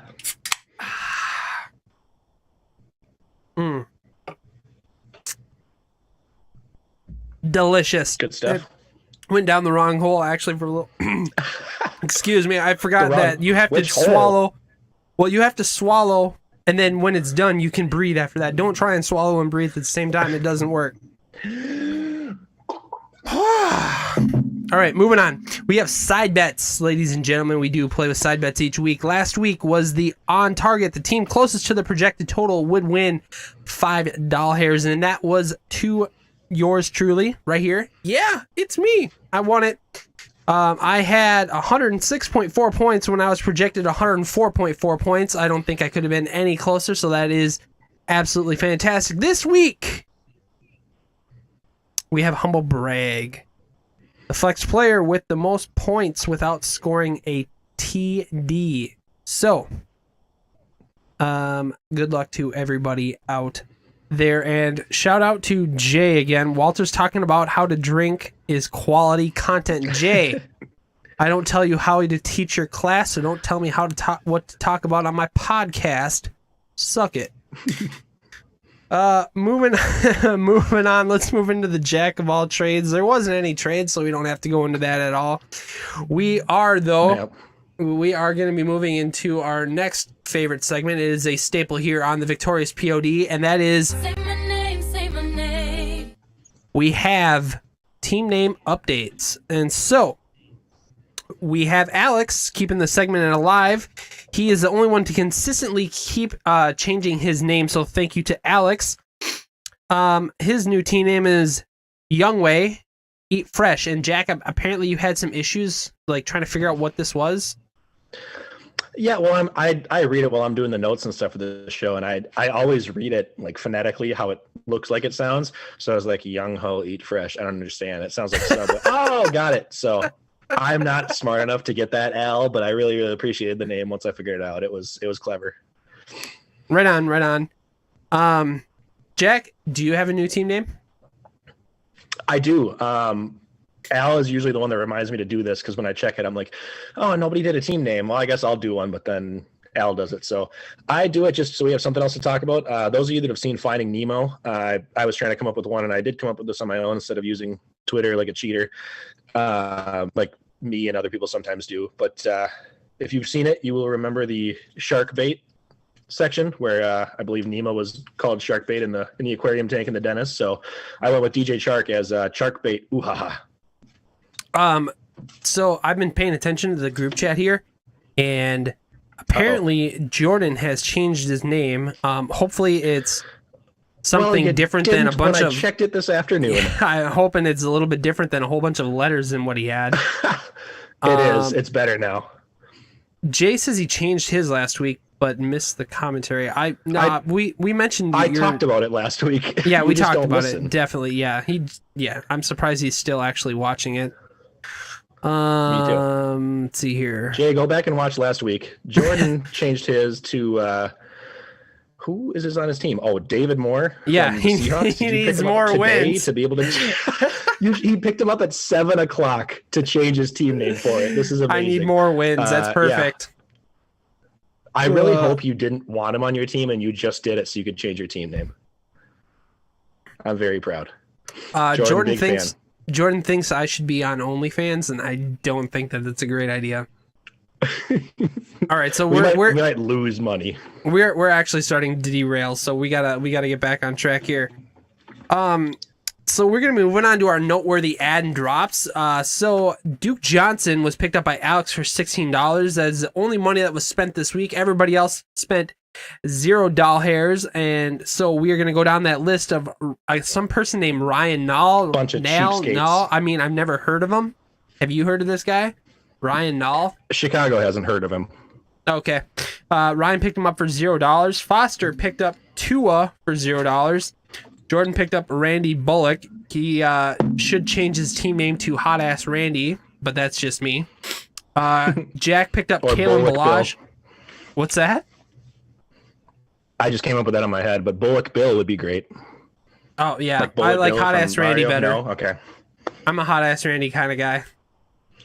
Fair. Kalen Balaj went to Jack for $0. Rex Burkhead was picked up by Cassie for $0, and then Jason Sanders, the number 2 kicker, was picked up by Jack for $0. Please explain yourself. I think I dropped Randy Bullock last week because he was on bye, and Jordan stole him from me this week. So I went to go and check things out. I have no idea who I had before, but Jason Sanders is the number 2 apparently for the Miami Dolphins. And kickers are kickers. I don't know if they're exciting enough to even deserve to be in our league, but that's who I picked up. Right on. Okay, we're going to be going through here pretty quick with our victory formation stuff because we just got to get moving on here. So we are transitioning over to here, and now we are going to be starting with Alex versus Tyler. Alex lost 109 to 126. This is the the highest scoring matchup of the week. Over on Alex's side, he had Kyler Murray with 37.9 points. Terry McLaurin had 17.5. Evan Ingram had 10.8. And Younghoe Koo had 12 points. Over on Tyler's side, Russell Wilson had 22.1. Dalvin Cook had 37.2. Julio Jones had 11.4. Curtis Samuel had 17.8. And that will wrap it up for that match. Jack, what did you see between Alex and Tyler? Yeah, just a couple of quick things. Al, I've talked about a couple of times. He's just had really bad luck. I think his team's better than what it looks like. He was the 3rd highest scorer, and he still lost. Tyler, like I said, Russell and Cook is a deadly combination. You were pretty consistent across the rest of the board, though. Even Swift and Curtis Samuel had good games. Curtis Samuel is 15 points per game over the last 3 weeks, which is just absurd to me. He picked him up when he played against me, and he went off, and he's just played him ever since, and he's doing great. So that angers me when a random player that's just a nobody is doing this well in fantasy. Unless he's on my team. Al, I looked up some deep dives, some key statistics just for you, just because I care. His 5 losses this year, I think he's 3-5. So his 5 losses this year are all when a team has scored 99 points or more. Like, he's never even had a chance where some of us have gotten wins against a 60 or 70 point team. He's playing like top competition every week, so he could play somebody else and easily be 6-2 right now. Right on. We are going to be moving over to the next matchup here. I'm just going to slide it over. There we go. We have Cassie versus Josh. Cassie beat Josh 87.3 to Josh's 80.4. And we're just going to go over the scores here real quick. Drew Brees had 22.7 points. Tyreek Hill had 24.1. Marvin Jones Jr. had 10.3. That's all on Cassie's team. Over on Josh's side of the ball, he had Patrick Mahomes had 30.9 points. James Robinson had 15.9. And that is going to do it for high scores for both teams. What did you see in this matchup? Really quick shout out to Jay in the chat. He echoed what I'm saying, but Curtis Samuel doing well. Jay says that would only happen for Tyler. Tyler just gets the perfect pickup of nobody ever. So agreed, Jay.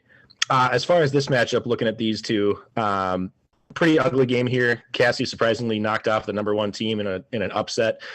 Ronald Jones, DeAndre Hopkins, and Mark Andrews, all big disappointments for Josh. No one but Mahomes and Robinson really did anything, so it's lucky that it was close as he was. Cassie had pretty disappointing running backs, but her wide receivers carried her here, like you mentioned. Breeze finally had an actually good, top-end QB game, so that really, really helped. It was just barely enough, and that is it. Right on. We are going to be moving on to Foster versus Ben. Foster got crushed by Ben, 67.6 to Ben's 90.1 over on Foster's side of the ball. Wayne Gallman had 13.7 points, and Brandon McManus, his kicker, had 11. And that's all the high scores for Foster. Over on Ben's side, Deshaun Watson had 24.2 points. Jerick McKinnon had 12.8. AJ Brown had 16.1. DK Metcalf had 16.8. And that's all the high scores for the matchup. What did you see in this matchup, Jack?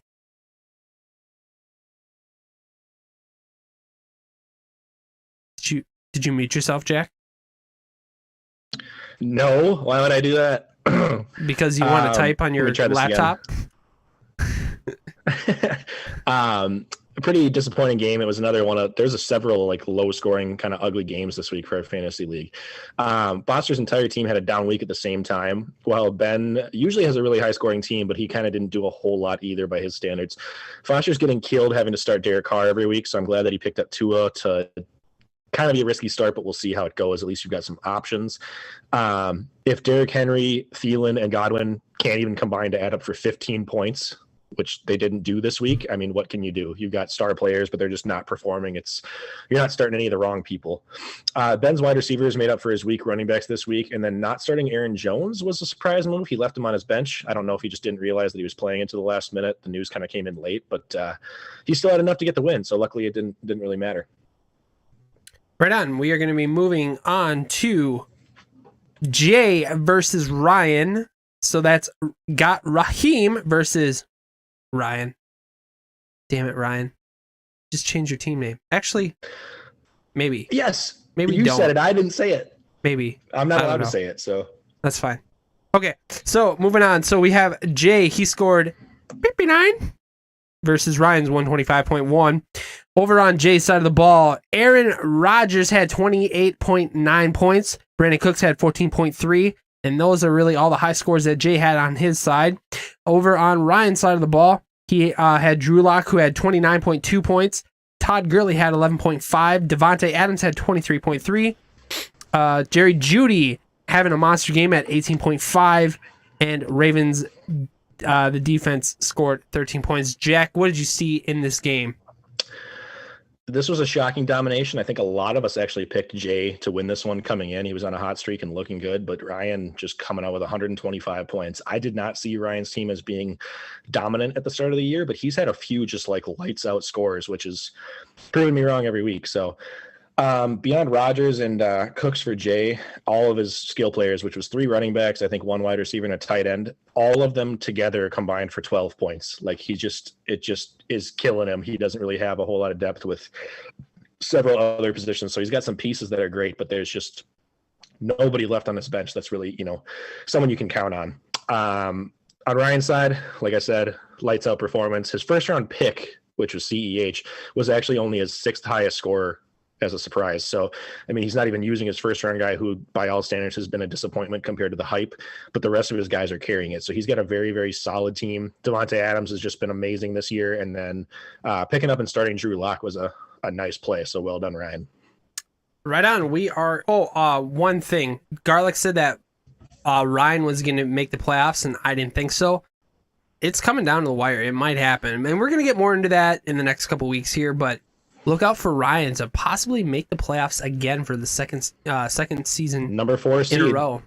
So, all right, we are going to be moving on to my matchup versus Jordan. I didn't crush, but I had a pretty decent game. It was a 10-point victory. It was somewhat close. 106.4 to 96.7.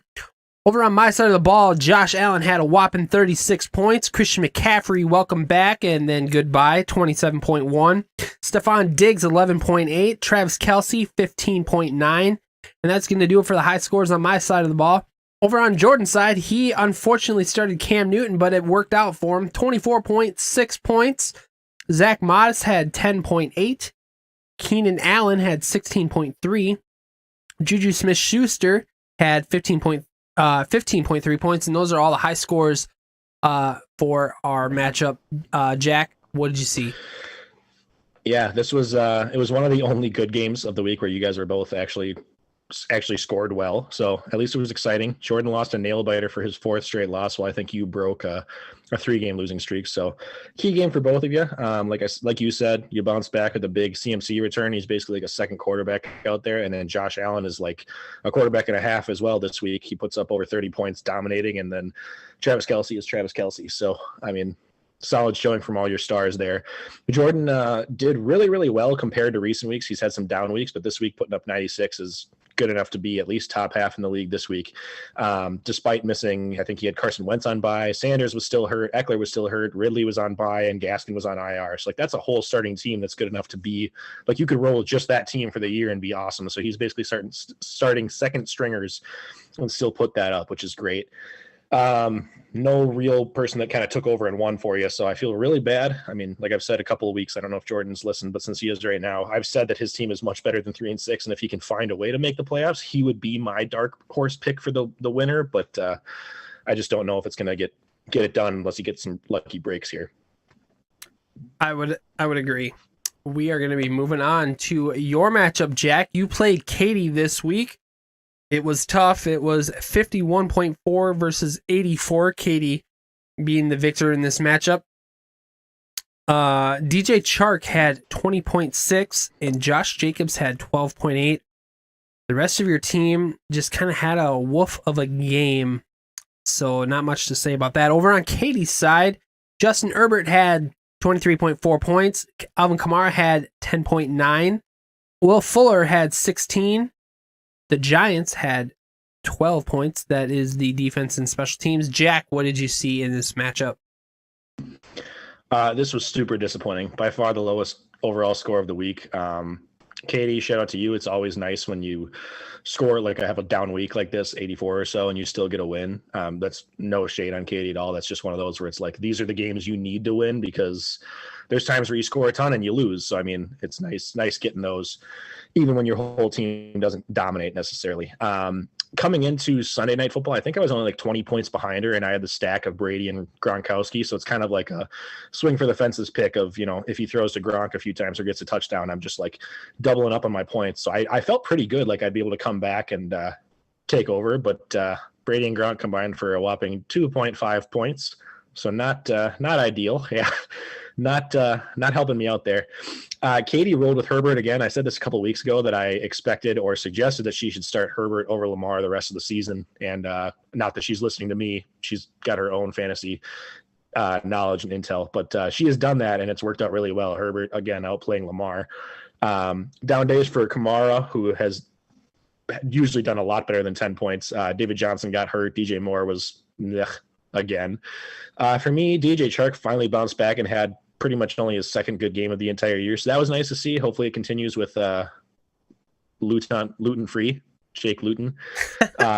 But Justin Jackson literally got hurt on the first play of the game and got a whopping 0 for me. So that's right when that happened at noon, I was like, well, this is over. So him plus the Chiefs not really using any of their running backs. Bell and CH did nothing. So it was ugly for me. I did not deserve anything there.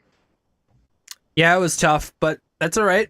You got another matchup coming this week, and we'll get into that shortly. But right now, we are going to be moving into our standings board here real quick. You can see on the board we have the standings there. We have Tyler in first place at 7-2, tied with Josh at 7-2. Ben is sitting in third all alone with 6-3. And then we have Ryan and Cassie, who are tied with 5-4. And then we have 4 players. That's Katie, myself, Foster, and Jack. We are all at 4-5. Alex and Jordan are at 3-6, and then coming up the rear is Jay at 2-7. So things are starting to. I mean, it is definitely a giant cluster in the middle there, trying to figure out who is going to get those coveted playoff spots. We do have 4 matchups left until we get into the playoffs, and we will be talking more about playoff percentages and strength of schedule coming up in the next few weeks here. Actually, It's going to start playoffs. Yeah, that's definitely going to need to be a sounder for next week, because we will start talking about strength of schedule and who has the best shot to wrap up those coveted playoff spots. Moving on, we are going to be talking quickly about our league pick'em. This last week, Ryan, he is still in first place. He had 5 extra points, and he's at 45. Jordan is keeping it close with getting 5 points of his own, landing at 42 points. Katie breaks the tie with Cassie at 38. Cassie having 37. Alex moves up. He has 35 points. He got 3 last week. Jack, he hops up to tie Alex at 35. He got 4 points last week. Tyler, he has 30. He scored 5, and I had the most points last week with 7. But I am bringing up the rear at 26 points. Jay, if you want to know what we're talking about, since you're never in the chat, we actually all put in $10 to see who would, and we'd make fantasy pick'ems each week. So maybe next year that you will participate. It's only $10. So please participate next year. We are going to be getting into our matchup previews right meow. So let's just transfer. Well, hold on. I forgot that I need music for this.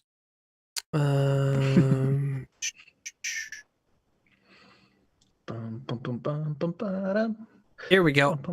You should be able to see it now. There we go. Yeah. Right on.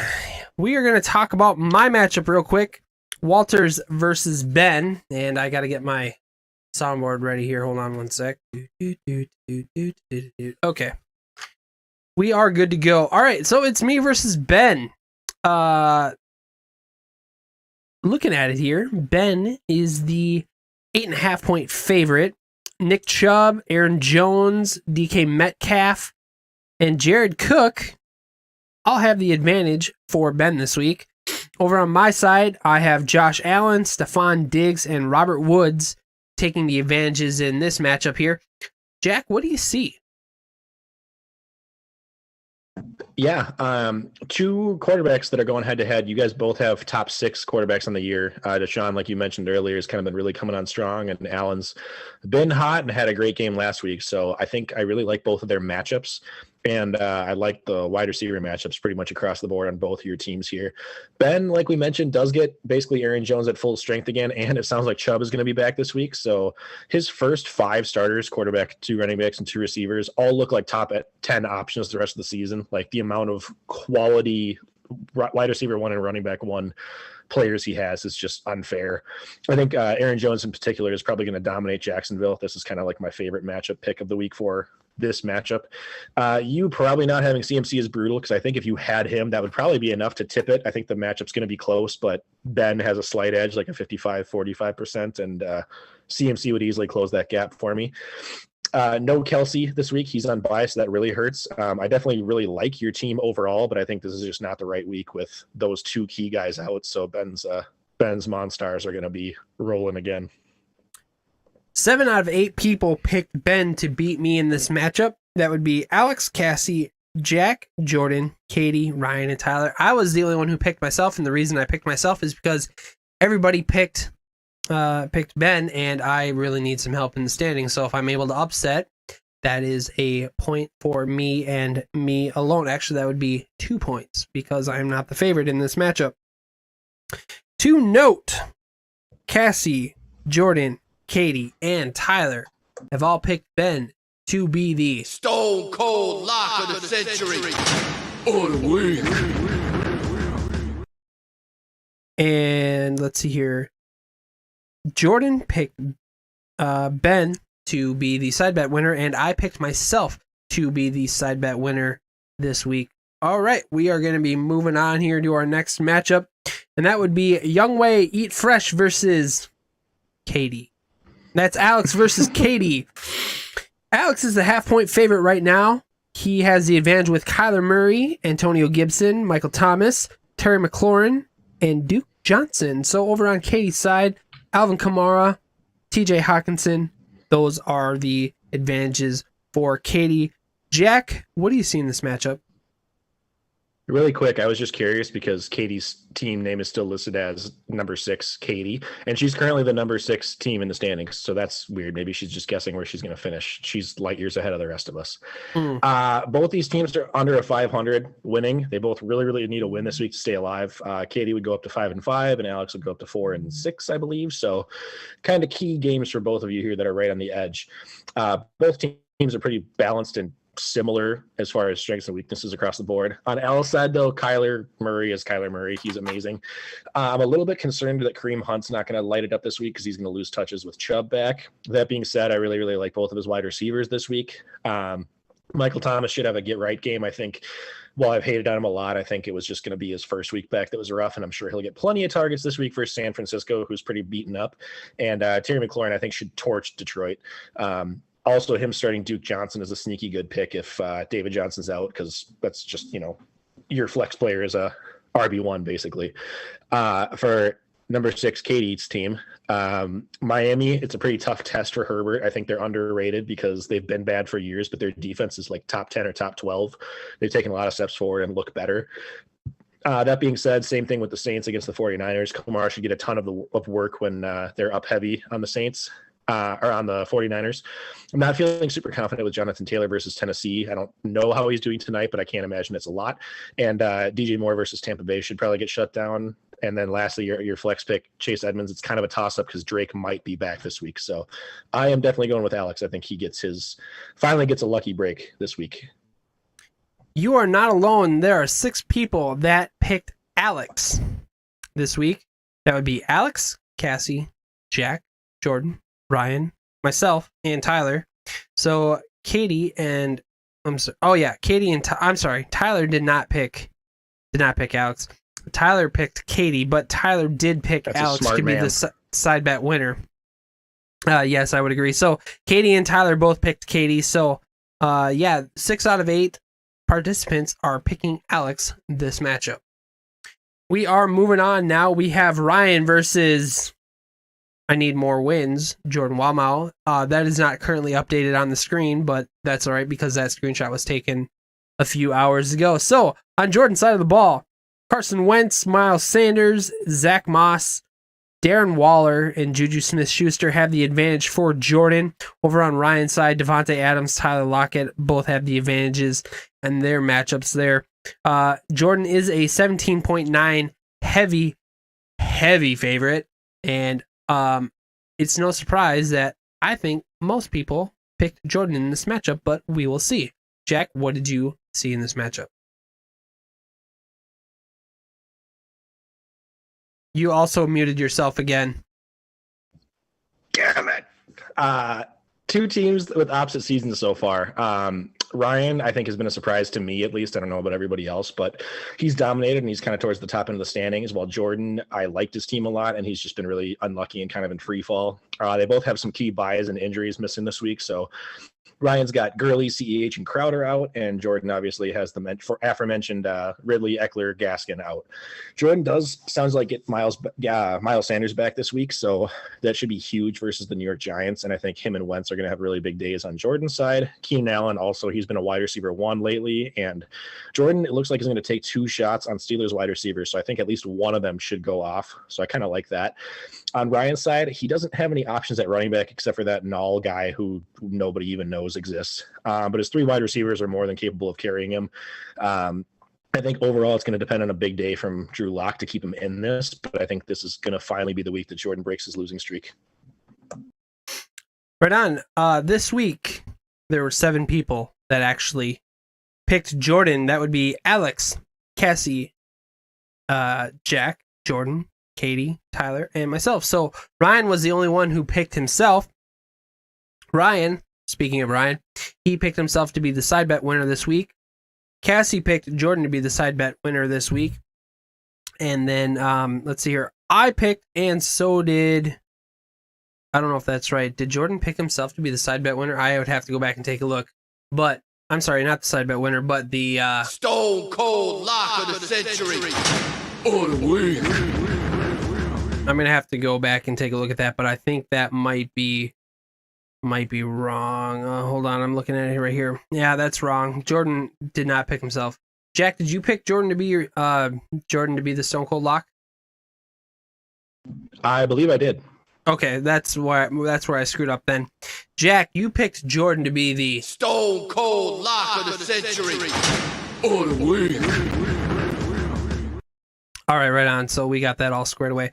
We are going to be moving on now. We have Jack versus Josh. That means the Honky Tonk Badonka Gronk versus Nuke Skywalker. So, Jack, for some reason, somehow, some way, I don't know why, but it is the way it is. You are the 4.8 favorite over Josh this week, which it would be fantastic if you could keep Josh on a losing streak. But Tom Brady, he is going to have the advantage at quarterback, along with Josh Jacobs, Joe Mixon, Allen Robinson on your side of the ball. They all have the advantages in this matchup. Over on Josh's side, DeAndre Hopkins, Brandon Ayuk, and Mark Andrews has the advantage for Josh.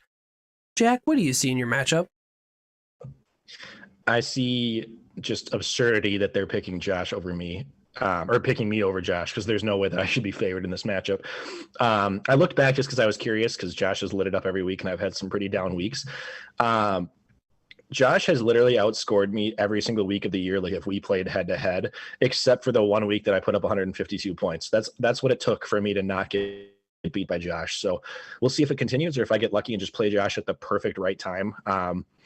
I definitely need this one to stay alive. I'm 4-5, but I feel like I'm on the back end of 4-5. I'm probably in like 8th or 9th place right now and not feeling good. On Josh's side, he is missing Mahomes and Zeke. Zeke's been pretty down lately, but good that he doesn't have Mahomes to go against me, which is a huge blow for him. But Josh picking up Goff versus Seattle probably is going to be like the pickup quarterback matchup of the week, unfortunately for me. Biggest questions for me on his side is going to be Ronald Jones' usage compared to last week. He had, I think, 3 carries for like not even 10 yards. And then if either Brandon Ayuk versus New Orleans or Deontay Johnson versus Cincinnati can step up, because there's not a lot of safe picks, but he needs somebody to carry the load. For me, I'm hoping I get the return of Mixon this week, my RB2, who was an RB1 or right up there. I think he was 12 or 13 before missing 2 games with injury and his bye.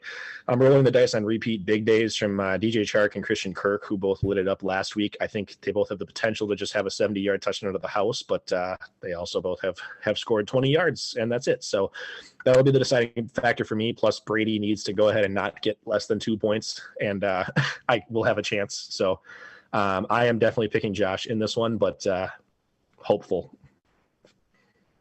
Right on. This week, there were 4 people who picked you and 4 people who picked Josh. So the people who picked Jack would be Cassie, Jordan, Ryan Herman, and myself. Who picked Josh? That would be Alex Williams, Jack Vickers, Katie, and Tyler. Jack, you picked Josh. No, that's not right. What the heck? Why do I have that like that? That's not right. I know for a fact that Alex did pick Josh to be Stone Cold Lock of the Century. Or the week. I'm going to have to go back and take a look at some of this stuff. I don't know why I see in the notes that you have Josh to be your side bet. Oh, yeah, he's your side bet winner, isn't he? Josh? He's I just picked Josh over me? That would also make sense because I don't like my matchups at all. So I probably picked Josh over myself, yeah. But you also picked Josh to be the side bet winner, is that right?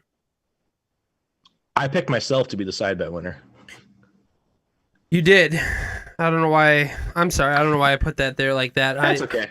I was rushing through that last minute, so that's whatever. So, we'll get through it. It'll be all right. Also, I just wanted to note real quick that Jordan said that I can't look at my matchups before. I can't look at all people's picks before I pick my matchup. And I just wanted to state real quick that I made a mistake in the way I said my stuff. I have all my picks down before anybody else on Thursdays. When I ask people, I have my picks in. Even though they might not be on the spreadsheet, I already have them written down and everything, but I can put them on the spreadsheet if people want to check them out. I meant to say that I'm glad that I was the only one who picked me, because that would mean I would be the one getting the only point to score points in this matchup. So when I looked at it, that is, I just said it wrong. I didn't look at it and then change my pick. I was the only one who picked me. I was going to pick me the whole time. So there's literally zero controversy in all of this. And just as a kind of a confirmation about me, I'm in last place. Like, I'm terrible at this. So I would never cheat in this. I don't want to swindle anybody out of any money or anything like that. So there is literally no controversy in any of this. And if there chooses to be, well, I'm telling you that there's literally none. So yeah. Well, on the other hand, I completely cheated. No, I'm just kidding. Okay. I put my picks in on the show notes, and then Walters just uploads them when he sees them too. So just to clarify, if anybody wondered about that, we both pick them to each other and just like in the notes in general, and then it just happens to go up. So if we ever say, like how I phrase it, I think I'm going to pick so-and-so this week, that's just my reaction and how I worded it when I was reviewing the matchups earlier. Yep. I always make sure, especially by the time I send out my message to the group chat in the morning, I make sure that my picks are at least jotted down that way. And I will try and make an effort to put that in the notes so that people, or into the spreadsheet so that people can see that. All right, we are going to be moving on from your matchup. We have Hooper, there it is, versus Got Raheem. So that is Foster versus Jay. Excuse me. Jay is the half-point favorite in this. Aaron Rodgers, David Montgomery, Brandon Cooks, and T. Higgins all have the advantage on Jay's side. On Foster's side, Derrick Henry, Kenny Galladay, and Austin Hooper have the advantage in that matchup. Jack, what do you see? Yeah, Jay has another big chance to climb out of the dumpster with a close projection for both of them. Foster's been battling injuries all season, so he's kind of got a tough matchup just in general every single week. On Foster's side, Galladay and Freeman are both questionable, but Foster definitely is going to need them both if he wants to win. I don't want him to have to play bench players and hope and cross his fingers. I do like Tua, though, going against the Chargers. I think he'll have a better day for sure than Carr. And although Derrick Henry and Freeman, if he plays, both have tough matchups, I think Thielen and Godwin are both going to be able to carry this one and have big days on the receivers end. For Jay, I am not worried at all about Rodgers. I think he'll easily be fine against Jacksonville, but I'm also more worried that they're going to be up so much that it's going to kind of turn into an Aaron Jones game. So he might not put up the dominant numbers that you're hoping. I think he'll just have an efficient, decent day, kind of a safe floor. David Montgomery is a question mark with his concussion, and I don't love any of Jay's wide receiver matchups. Hollywood Brown is playing against the Patriots, which means he's going to get Gilmore pretty much every snap. So not ideal, and none of his receivers have done much lately. So I am actually picking Foster as the upset this week, who's going to stay alive in the playoff hunt. Right on. There were 4 people. We have a split decision again. 4 people who picked Foster and 4 people who picked Jay in this matchup. So Alex Williams, Jack Vickers, Jordan Walmau, and Katie all picked Foster to be the winner. Alex picking Foster to be the side bet winner. Cassie, Ryan Herman, Tyler Herman, and myself, we all picked Jay to win this matchup. Moving on, we are going to be getting into our last matchup here. We have Tyler versus Cassie. Every day I'm rustling versus Butt Corrupt. We're going uphill. Tyler is the 5.7 point favorite. Russell Wilson, Dalvin Cook, DeAndre Swift, and Curtis Samuel all have the advantage on Tyler's side. Over on Cassie's side, Cooper Kupp, Hunter Henry, Kenyon Drake have the advantage for Cassie. Jack, what do you see in this game?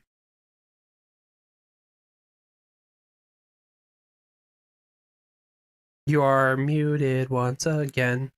Muted. Sorry, my my mic on your end glitched out, so I couldn't hear you. So I was trying to dink around with settings here.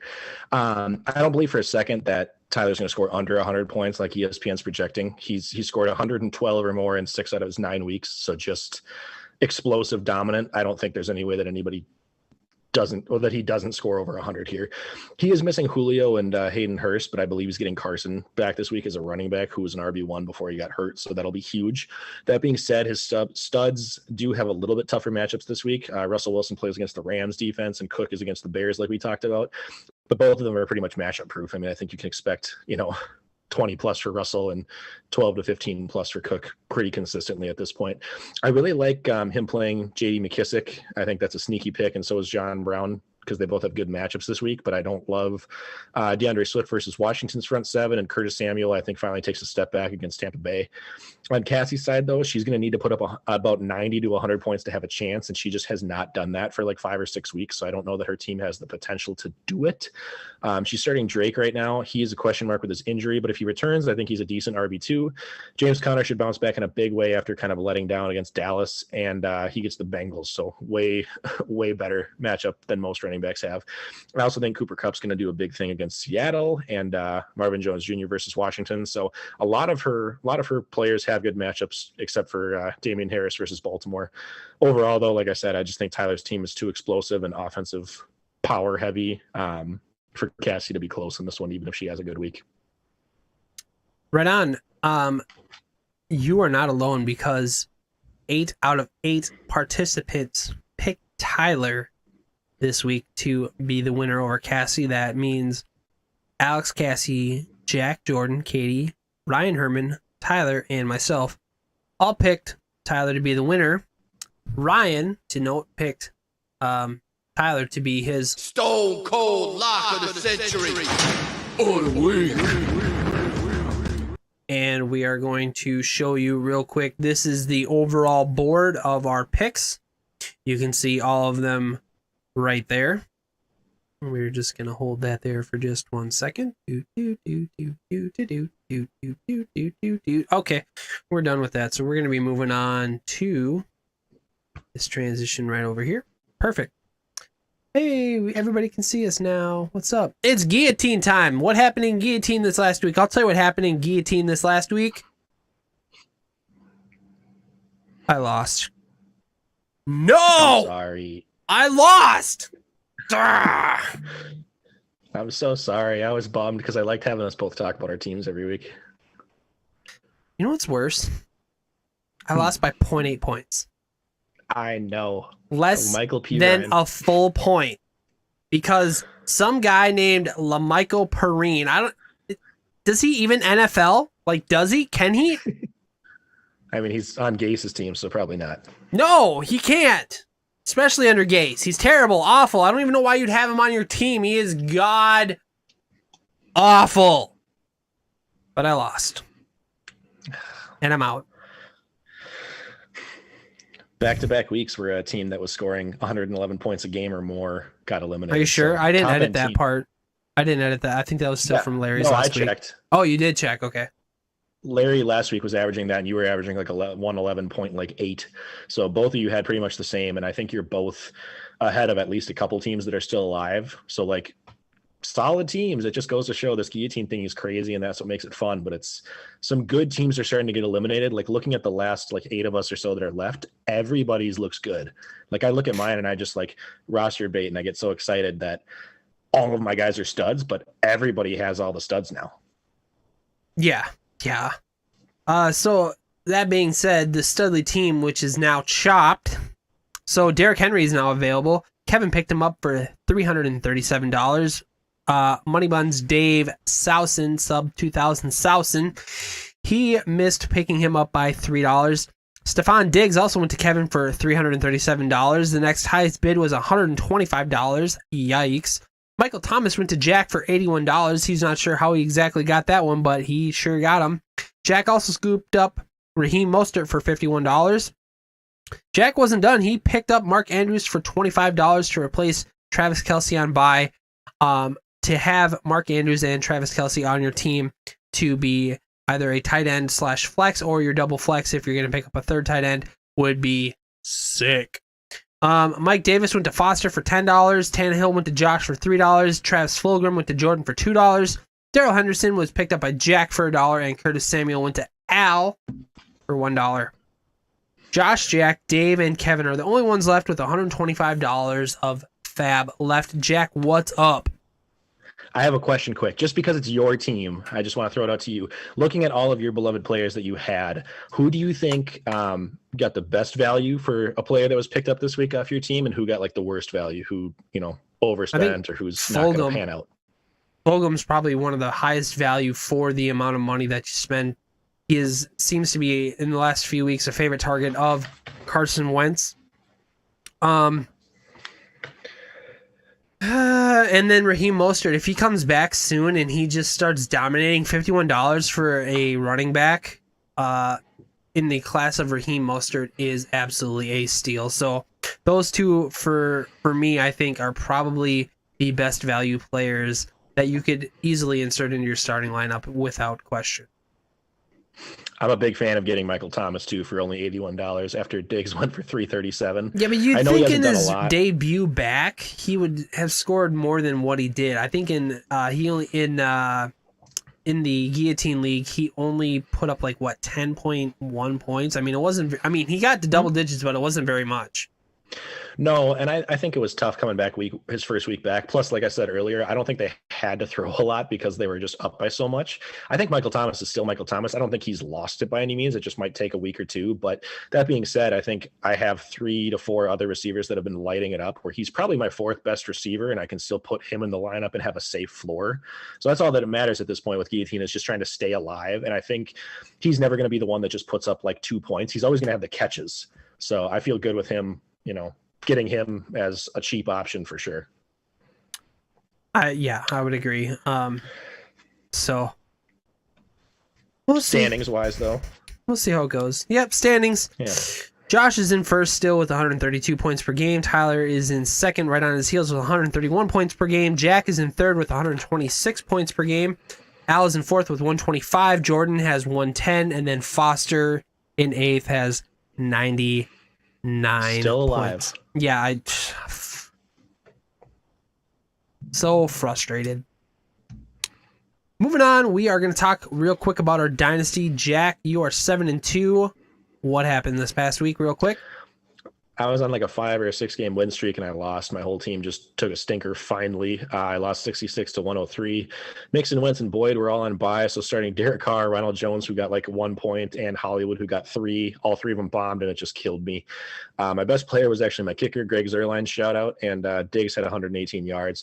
I am still in first, but I play Al, who's also a really, really good team at 5-4. He's got Kyler Murray, James Robinson, Kareem Hunt, McLaurin, Hopkins, Keenan Allen. So I'm probably going to lose. I think I'm 1 game ahead of people in first place right now, so hanging on. Yeah, I played Foster this week. It was an ugly game, 71.5 to 53.4. Other than Aaron Rodgers, nobody really did much on my team. But I am in second place right behind you, Jack. So if you lose this week and I do win, which would be tough since I am playing Road Warrior, who I played week 1, and that was I lost to him. He had a fine score. But if I did win and you lose, we would be tied. So there is that. Moving on, we're going to talk about the Hood DFS real quick. Jack, you dropped down to 6 players. You were at 1,093 on the year, just 80 points out of first place. The last 5 weeks, you've been 12th or worse after being top 4 for the first 5 weeks. I have hopped up to third place with 1,111 points with a 4th place finish this past week.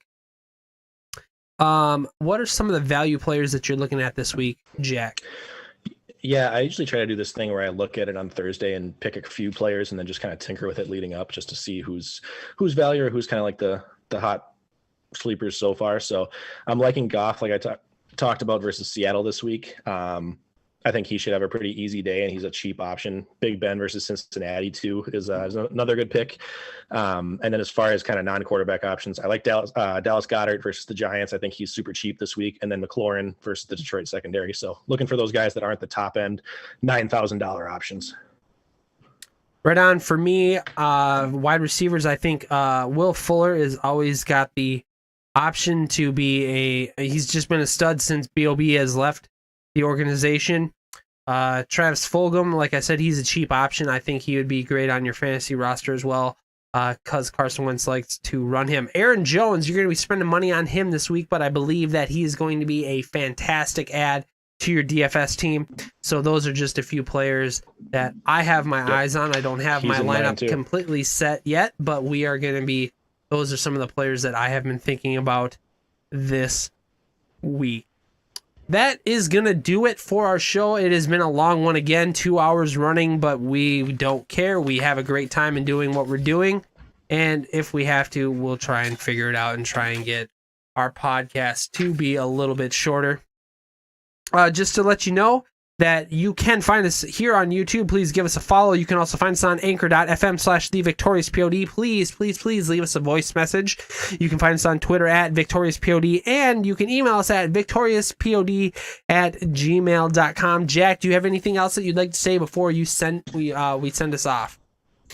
No, just excited to go watch some Thursday night football. I think it's going to be a close one right now. It's 17-13, I believe, and it's kind of all defense. So that's what I'm going to be doing, and then praying to God that my fantasy season doesn't implode this week. So good luck to everybody else, and we'll see what happens.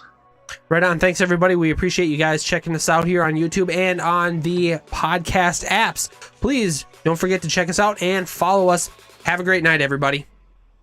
Thank you. Bye.